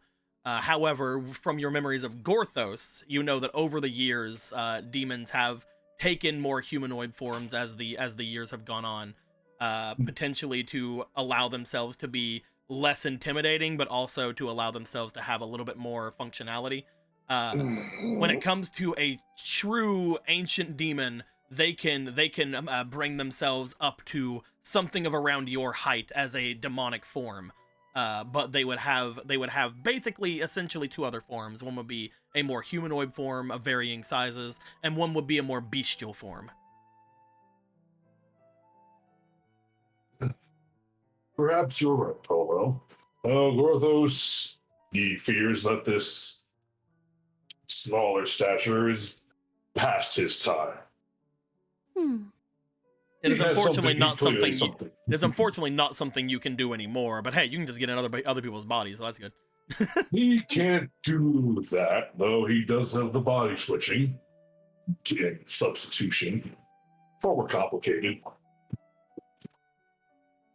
Yeah, I wonder what kind of demon you were before all of this. Like, were you a sheep? Probably not. No. Gorthos has always been Gorthos. He's never not been what he is. He's never had flesh and blood and meat, Oh, hair. so you've always been a big bony guy. Yes. I guess it makes sense since you and Volcircuit are brothers. Well, Volcircuit wasn't always a stall. He was once a zombie dragon. So you're like a zombie dragon? No, That's pretty Gorthos has always been a stall. No, Gorthos has always been Gorthos, remember? Oh, yes. That's You try not to confuse Vega. not as descriptive as you seem to think it is. Full Circuit was an ancient undead dragon brought to life through Demise's necromancy. And Once Link and Gorth. And since all of them were essentially the same way, that is why you call each other brothers, correct? We were all demon generals under Demise. Hmm. We were family. They save our fourth sibling, which that seat may maintain a constant stream of different individuals taking that seat. Unfortunately. The Well, there's a fourth sure general reason was these. the fourth general was slain by the hero of the time, and I believe whenever the other of Demise had rose above, he had appointed another as the fourth, and I believe we have already seen that one. To be fair, He's unsure how he felt about that one. whatever that form was depicted fighting Jason, I believe, was something similar to it. Oh, he knows the feeling of that one very well. Discussed. Mm-hmm. And the one that had the seat before, he doesn't even remember what it looked like, what its name was, who they were. Well, it's nice to know that he remembers now at least Volcircin and Ivori as they truly are. I will believe that if you did walk up to Ivori and call her sister, she would most likely attempt to kill you, though. It would not have been the first time, perhaps. And she still has yet to succeed. Shall we head down further in the mountain? Let's. You guys would spend the rest of the day hopping down the mountain with Magic Frog. I'm saying hopping because he's the one that mostly does all the hopping, but you know, I like him. Yeah. As you would find yourself going down another day of travel, keeping your guys' eyes open in case there is anything similar to something to split you guys up. At one point, you Any find kaiju that would come upon us. Exactly. At one point, you guys find a separation in the pathway, and you're like, oh, we're not fucking separate. But luckily, Dolan knows which way to go, and ends up leading you further off into the actual forested section of this place, off of the main trails. Upon doing so, you guys find that whenever you exit a piece of the forest, according to Polo, since Polo has their sensor about this thing, where they can find how far away a certain person is from them, you find, Polo, that upon exiting the small bit of woods or forest that you had gone through, you are significantly further away from Demise than you were previous when you entered. Whatever this was, it seems to have been a magical section of this place that the River Zora would utilize to return to their place. That is rather odd. But I don't feel like he's moved, right? It just feels he doesn't further move. away. You seem to have moved. Oh, okay. Yeah. As Dolan would explain to you guys that it is something. It is a shortcut you would take on your way away from the trial. Because if you were to use it going up the trial, then you're basically cheating. But this is how they make a trip that would take several weeks into just a couple of days, returning. As you guys would return, you guys would find yourselves going down to the base of the mountain. There is still a mountain near you, obviously. You would be around, if we go over to the thing over here for a moment. You guys would be around here, coming down from the mountain. We'll be coming down the mountain when we come. No, not there. Blah, blah, blah, blah. You guys would be closer to the water. So you guys would be around here. Oh, hell yeah. You guys are still on a certain section of the mountain, and you know that it would take still several hours to get to the river domain, or at least past the river to the point where you need to get to. So you guys do at this point settle in for the night. Yeah. From this distance, would it be likely that if the city was on fire, we'd be able to see the smoke from this distance? Yeah, definitely. This entire area is a large plains ahead of you. The only thing that would stop something like that would be the mountains to the north, but you know that isn't where the domain would be, probably. Also, the central area here, the center part here, would not be exactly where the... Oh, there it goes. Oh, there it goes. It died. Yeah. I liked that it stopped all the way up here. That was good. But you know that I'm trying to catch it. Dang it. Is this whole part just No, fucking... the River Zora domain thingy is acting up. I'm just gonna get rid of it. You would think that Oh. I can't even delete it. It won't let me. Bam, there we go. All right. The actual city that would most likely be at the end of the river, so somewhere like up here. Okay. But the entire area is the domain. Gotcha. Just like how everything in the lake is the domain, but the actual city is like in like one of the crevices. Yeah. But you guys would come out. You guys would rest up for the night again. At this point, Ronan and Gorthos, I would like Ronan to give me one more diligence check. All right, fucker. Here's what's happening. Do you want to Yeah. use up the fleetings that you're going to be losing for the night? That's fair. Do You it. guys have You and quite your a lot of good those. ideas. I'll still use 3 of them. You're going to use 3 of those fleetings? 3 of your 7 fleetings? All right. I'll use 4 of them. I used 2 fleetings, and my highest was an 18 with 18 diligence. You used 2 of the fleetings? Okay. Yeah, so I used 2. I don't need them. I rolled a natural 20. Well, they were going to be Unnatural destroyed 20. either way. They're going to be destroyed at the end of the day either way, so bloop bloop bloop bloop bloop bloop. Ronan, as you travel down, you look over toward where Obra was, and you remember that talk that she had before, where she had basically said that she would rather anything happen as long as it wasn't something bad to you from her action. She would literally rather keep holding on to that to the Zora heart than give them to you and put you in danger. And whenever you thought back to it, you really used those feelings to continue your songs, and you were able to get through just about all of them. And Gorthos, whenever he finally finishes his songs, you were able to use what a little bit of the that you remembered of the inscriptions and of the collecting of the materials to finally finish the items that Ronan had wished to have. Ronan, Gorthos, you guys have completed. Going over to them. The violin case that gives the magical properties to any sort of instrument that's inside of it already, but also now gives the Ronin radio, and the fishbone violin, which can play itself, which is fun, and can also be used for other kind of protective abilities, whether it be resisting damage or casting a shield upon themselves. Also, again, being able to talk to people. As you finish that off, these 2 items have now been completed. You replace your regular violin in your violin case, and you take the fishbone violin out, and you hold on to it. Your item now completely made into a gift. Did it. Do you wish to yeah. give the gift when you get to the domain?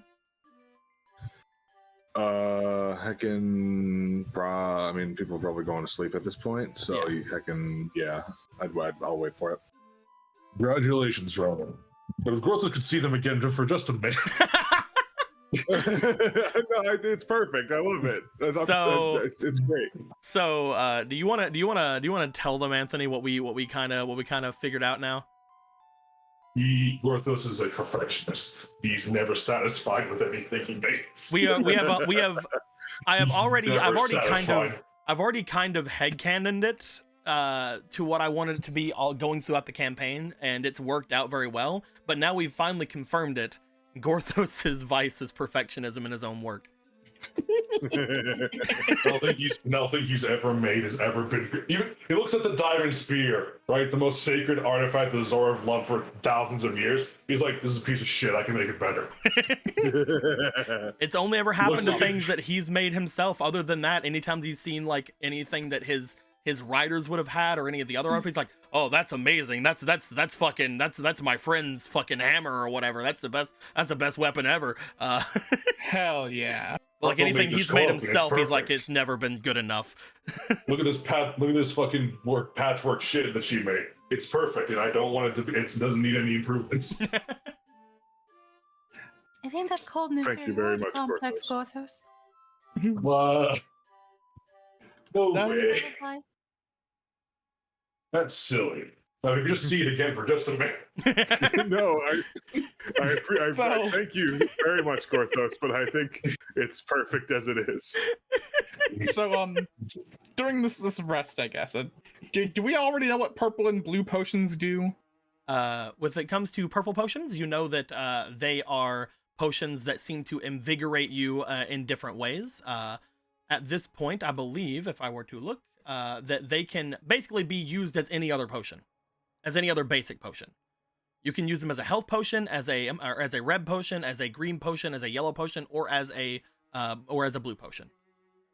As far as blue potions are concerned, they give you back your Doritos. Ooh. They give you back Doritos. It's the Baja Blast. They give you with a small potion, they give you exactly 3 Doritos back. Ooh, That's pretty good. That's a 1-to-3 ratio. What do you need to do to make a blue potion? Crush fairies into dust. I'm playing. Oh, that's a special enchanting powder. I'm talking about fucking. Oh man, if only. Is that all? Is that all? Gorthos used to do okay. that all the time. Unfortunately, you're gonna need a crafter who's good at alchemy to know exactly how to make those. Gotcha. The brews that Gallon can do can sometimes simulate those kind of potions though. Okay. But They you'd do all have kinds of to talk alchemy to Argo especially. Argo is a crafter for alchemy. With that being said, I guess guys- we're doing more cards tonight. you guys would hang out, play amongst yourselves, get to know your new friend Dolan a little bit more. He seems to really enjoy the cards aspect of things. He seems to really like being around you guys. At this point, we'll say that both Vega and the Mortal Goddess join in because they were watching last night. As you guys play your cards, everybody gets things together on this side of things. Obera hangs out with Magic Frog, making sure that Magic Frog has everything he needs, and like is kind of putting like water and stuff on him if he gets all dry. Of course, like Gallon doing more magic stuff, trying to get more proficient with things. And again, everybody eventually heads off to bed. And Polo, since you are actively trying to learn more about your vision, we are going to have you try to get the vision to come back on tonight. Yeah. So I would like you to roll me for your spirit. Do it. Do it. Succeed. See him. Bleh. Bleh.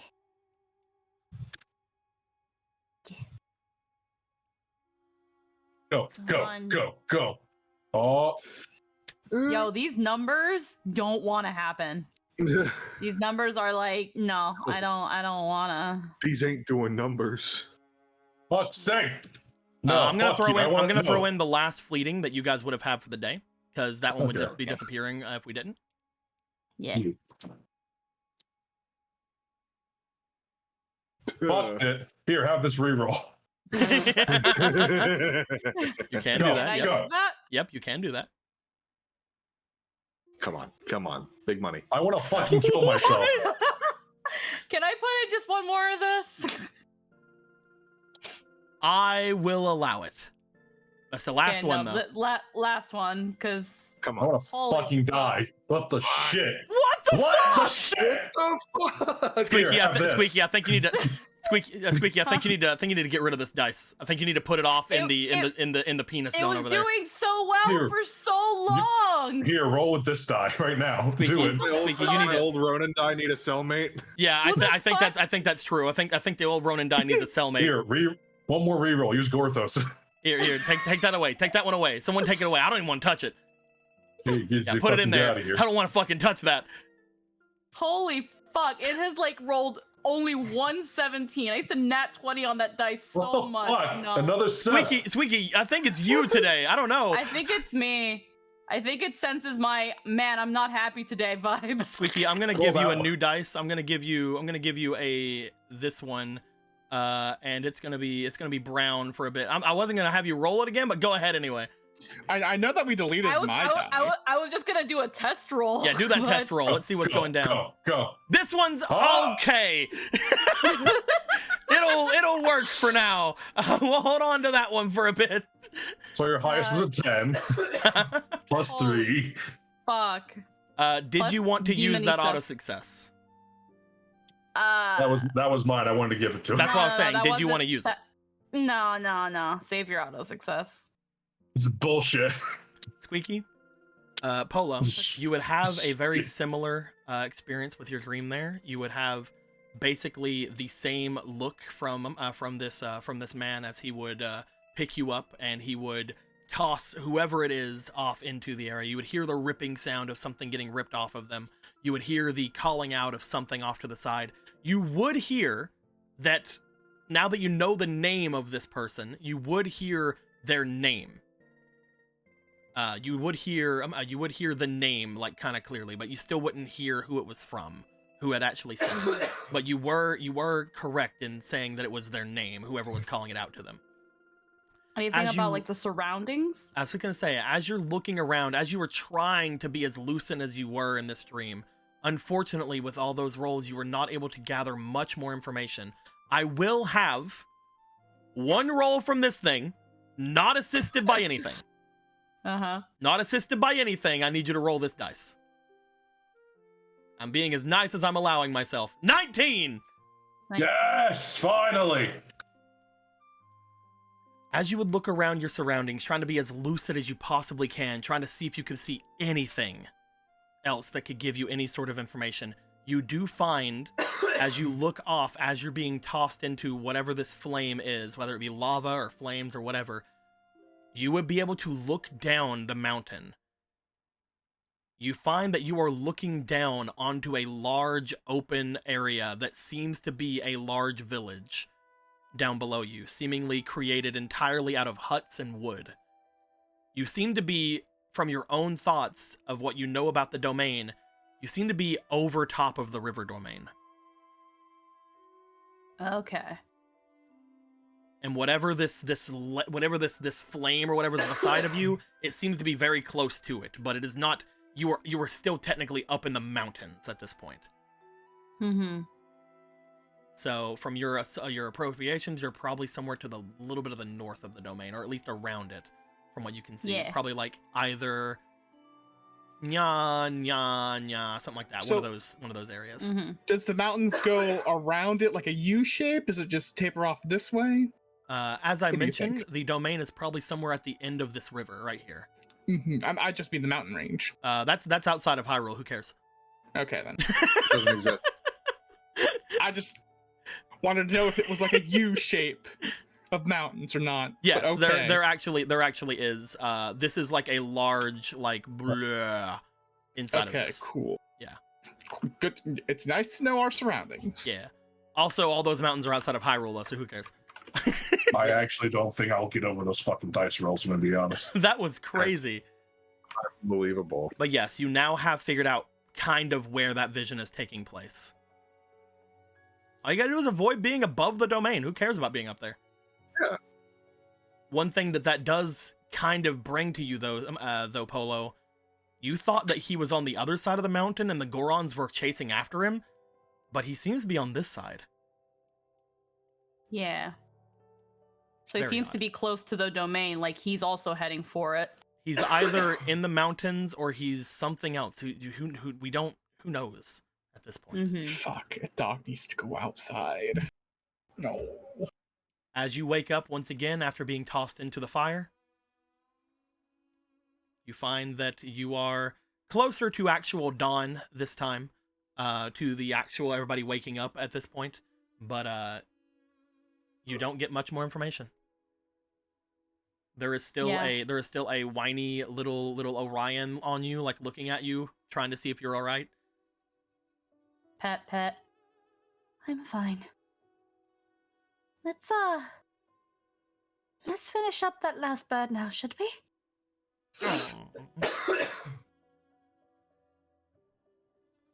You want to start making food? Yeah, she's gonna prep that last bird. You start making food. Do you want to use any of the boar meat that was brought in by Marco?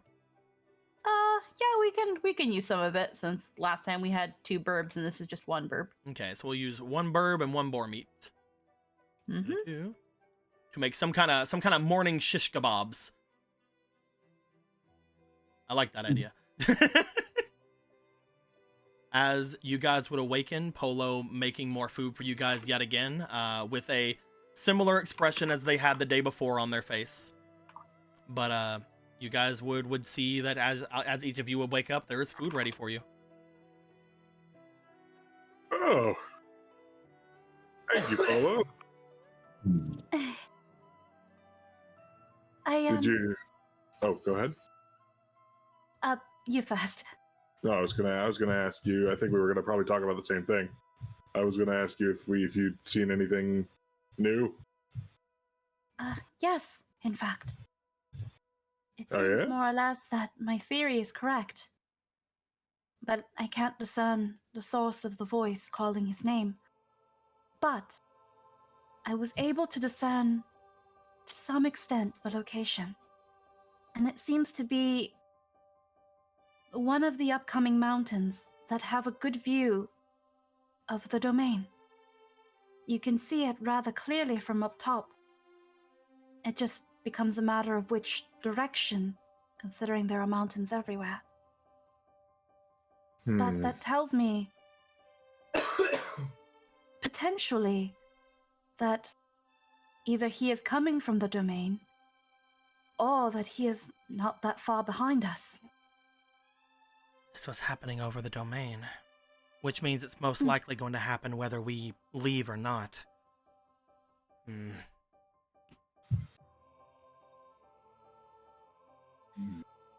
That was unfortunately all I could.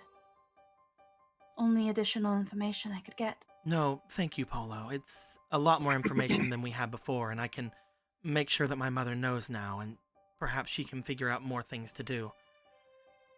Though it might be a little harder now to convince her to allow the Caesar inside the walls. I might only be able to call for a couple of them.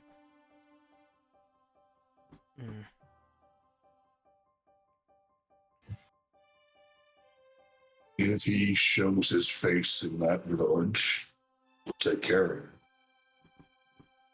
Yeah. Right.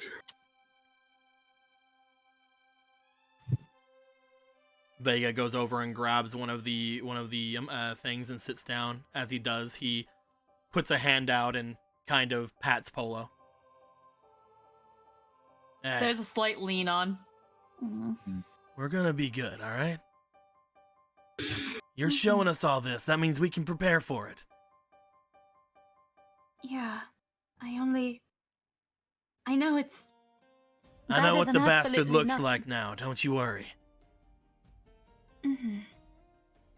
I know it's better than nothing. I feel like I should be able to do more after what everybody else has done for me.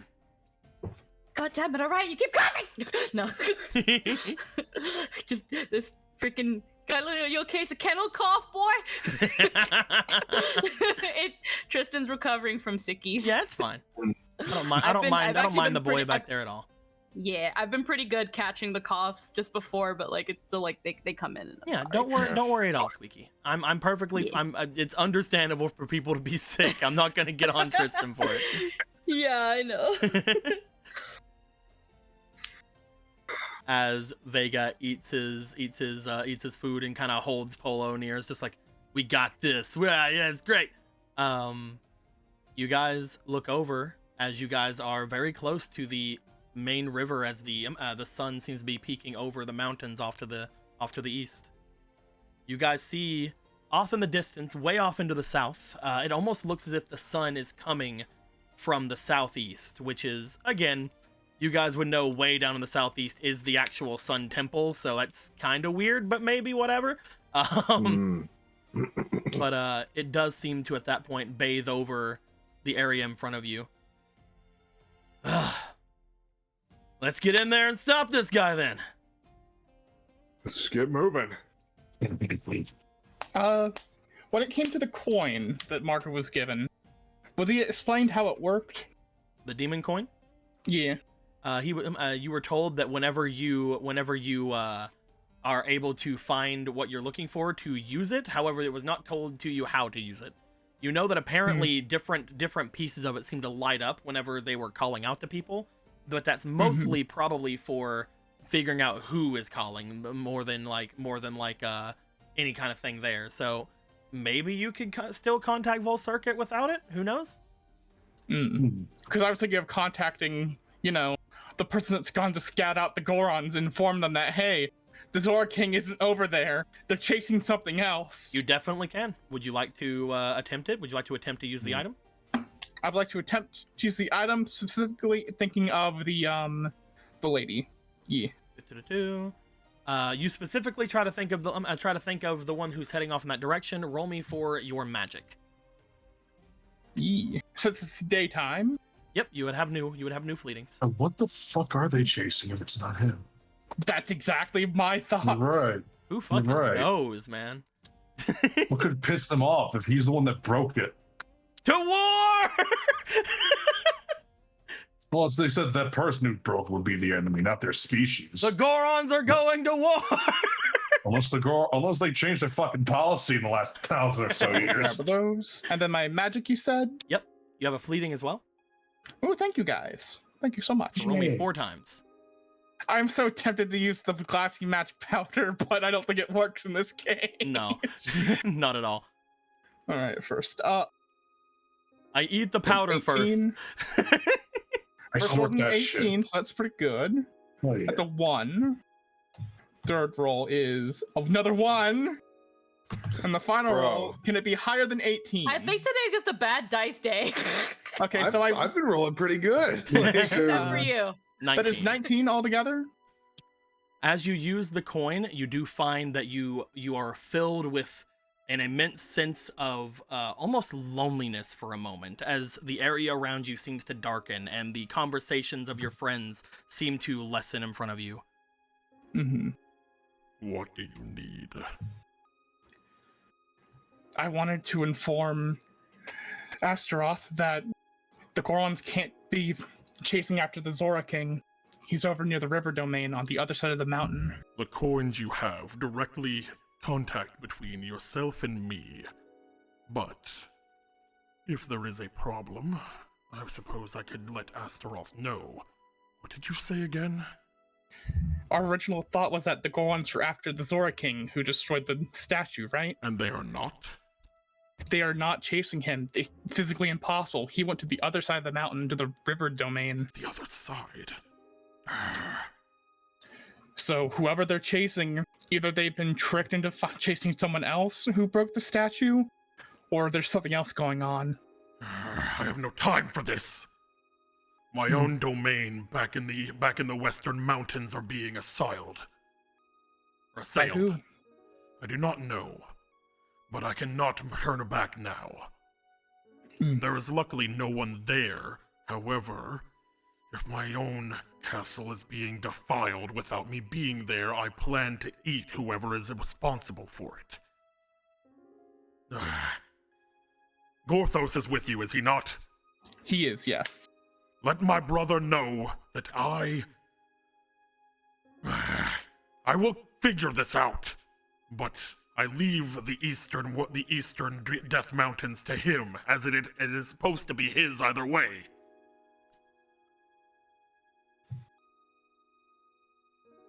Thank you for telling me, Marco. You know, I would have contacted you if it wasn't that important. I will let him know, sir. Hold on. I will allow a small modicum of my power. Whenever you feel that you need, flip this coin in order to facilitate luck to be more on your side. Thank you very much. It will only happen once, fool. You are not connected to me like the others are. You are not one of my minions. Be sure that you use it whenever you feel it is absolutely necessary. Yes, sir. And be sure to tell my brother what I said. As abruptly it just ends, and you feel almost like a weight is lifted off your shoulders and you stumble. Whoa. Sorry about that. What's up? What's that about? I wanted to contact Astaroth and warn her. I got Full Circuit. I guess that's how that works. I contact him directly.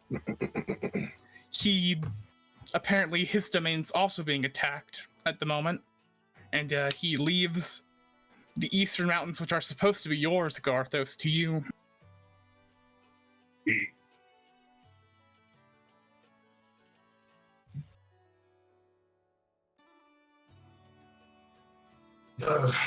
Must he be so dramatic? He also granted me some of his power. Apparently, I can that'll flip be helpful. I can only use it once, so it's a life and death situation kind of deal.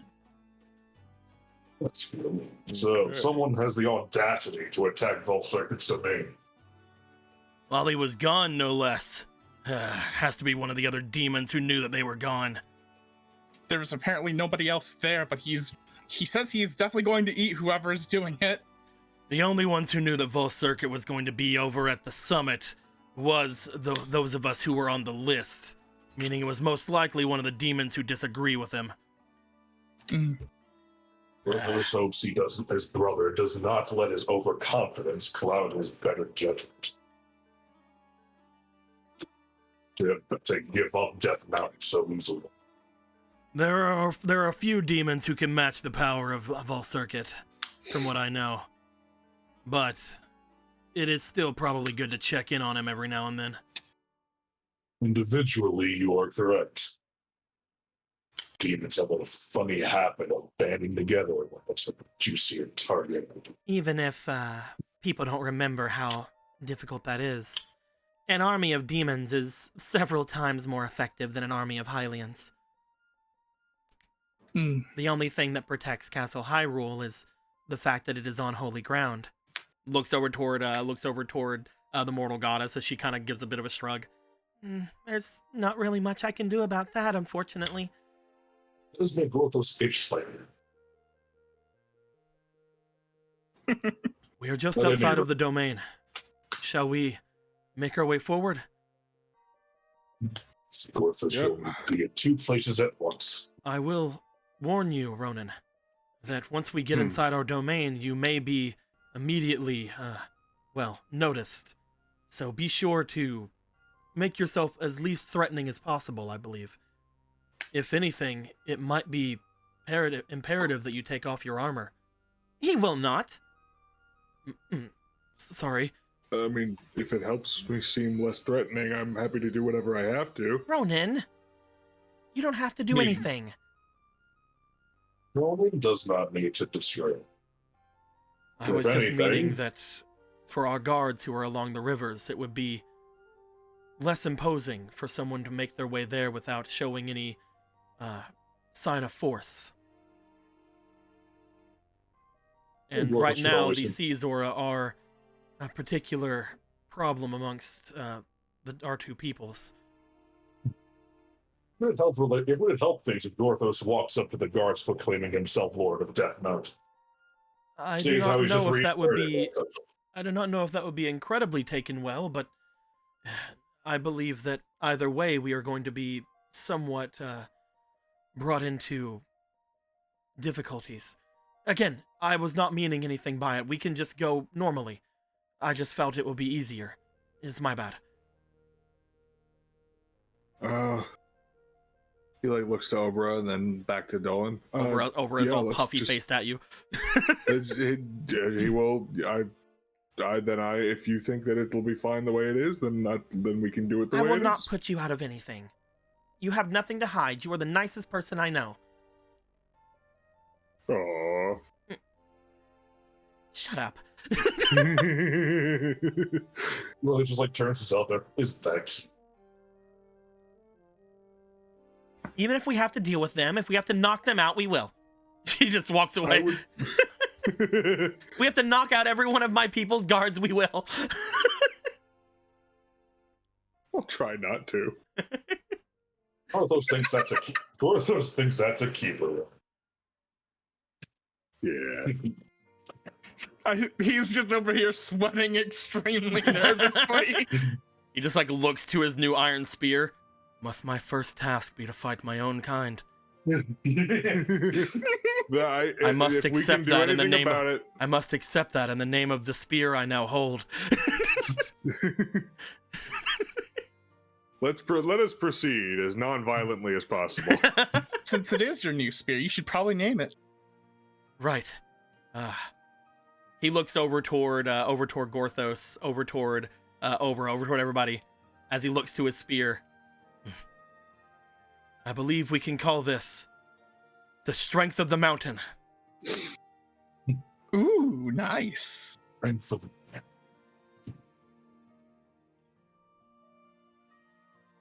Love it. Okay. Let us set forth his new resolve after naming his spear. He's ready to fight off all of his people. I just have such a good beat on this dude. I love it. doesn't think it should have a name. I mean, let's be honest, it's not that great, Gorthos says. Maybe with a couple more reforgings in a couple years. No. Maybe give it Put a bit more goddess metal in it, you know. Make it sentient a little bit. Just put some sort of spirit inside. Make it be the equivalent of the diamond spear, you know. What would be if it's diamonds? What would be the equivalent? What is Caesar? What do the Riversor usually use in the crafting again? We use more natural elements, stone, gems, different things of that nature, wood. What could possibly be more natural than ore?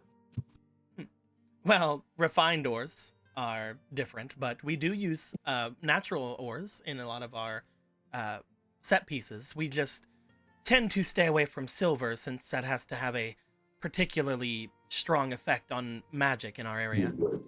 Stone. So perhaps gold of such or stone.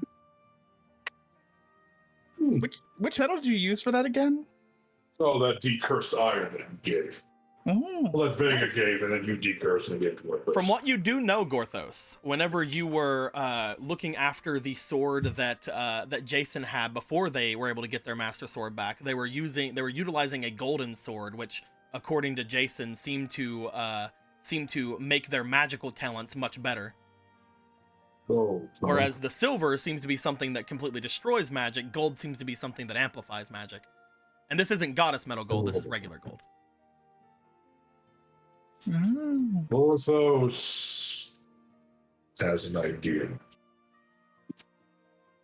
Oh. He hopes that forest expedition yields a lot of gold. Ooh. Perhaps some gemstones. Well, would that be gone? No, that would be perfect. Should we head off then? Let's Yes. set out. Let's go. Oh, hey, Polo. He lifts Polo up. Putting him, just sort of like lifting up and like bringing Polo up to his shoulders. Come on. What are you? I'm not a child, Brother Vega. Technically. with the It's standards of okay. that, I'll put you down before anyone sees. We all see it right now, but Hey, Siblings. feel how strong my shoulders are? Leave everything to me. All right. As you and Orion have been lifted up, Orion just looking down like, I could have people ride me. As you guys start making it away from your small camp in the mountains, heading off toward the main river, I think we're going to be ending things off there for the night. Hell yeah. You know, not going to 5 hours like we do most of every other time we do this. Ending right before 4 this time. But yeah. We did it. As you guys would start making your way into the river domain after having your expeditions, your visions, and different things going down. 24-hour stream, let's go! Exactly. Honestly, 24 hours D&D? you think I don't have the strength for that? Who the fuck are you talking to? One day for one of my 24 hours, I need to do it during like a game day. That way I can just fucking flex and go straight into doing D&D, That way you like can doing die. freaking DMing. Hell yeah. No, it's I mean, I fine. have Near the end, I usually get my second wind. It's cool. We'll just do it during one of those. You think you can handle 24 hours of me making equipment? No, I was meaning as I'm doing my 24-hour, add this into the 24-hour. It's funny you think you have a choice in this matter. God. I have done all-nighter D&D sessions with some IRL friends back in the day. Hell yeah. I've done a couple back whenever it was like non-streamed stuff with like Will and stuff. Mhm. And then he freaking made me kill my Eevee, and I'm sad about that. Damn. Can't believe he would do that. He forced Babies, it. put it down. But yes, with all that being said, my dudes, we're gonna end the recording here.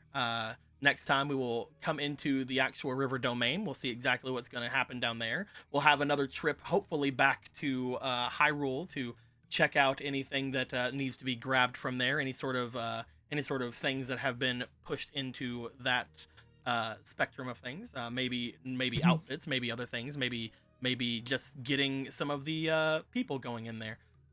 We'll get to check up on not only our Caesora friends, but also all of our bandit friends in the All river our bandit domain. friends. And all of our equipment that we left on the cart. And you'll finally have all of your equipment for the first time in Yeah. several times. Man, we really need to get more money. With Yeah, all that being said, with everything else going down, But until next time, guys. Like Yeah. always, uh, later days. Yeah. Uh,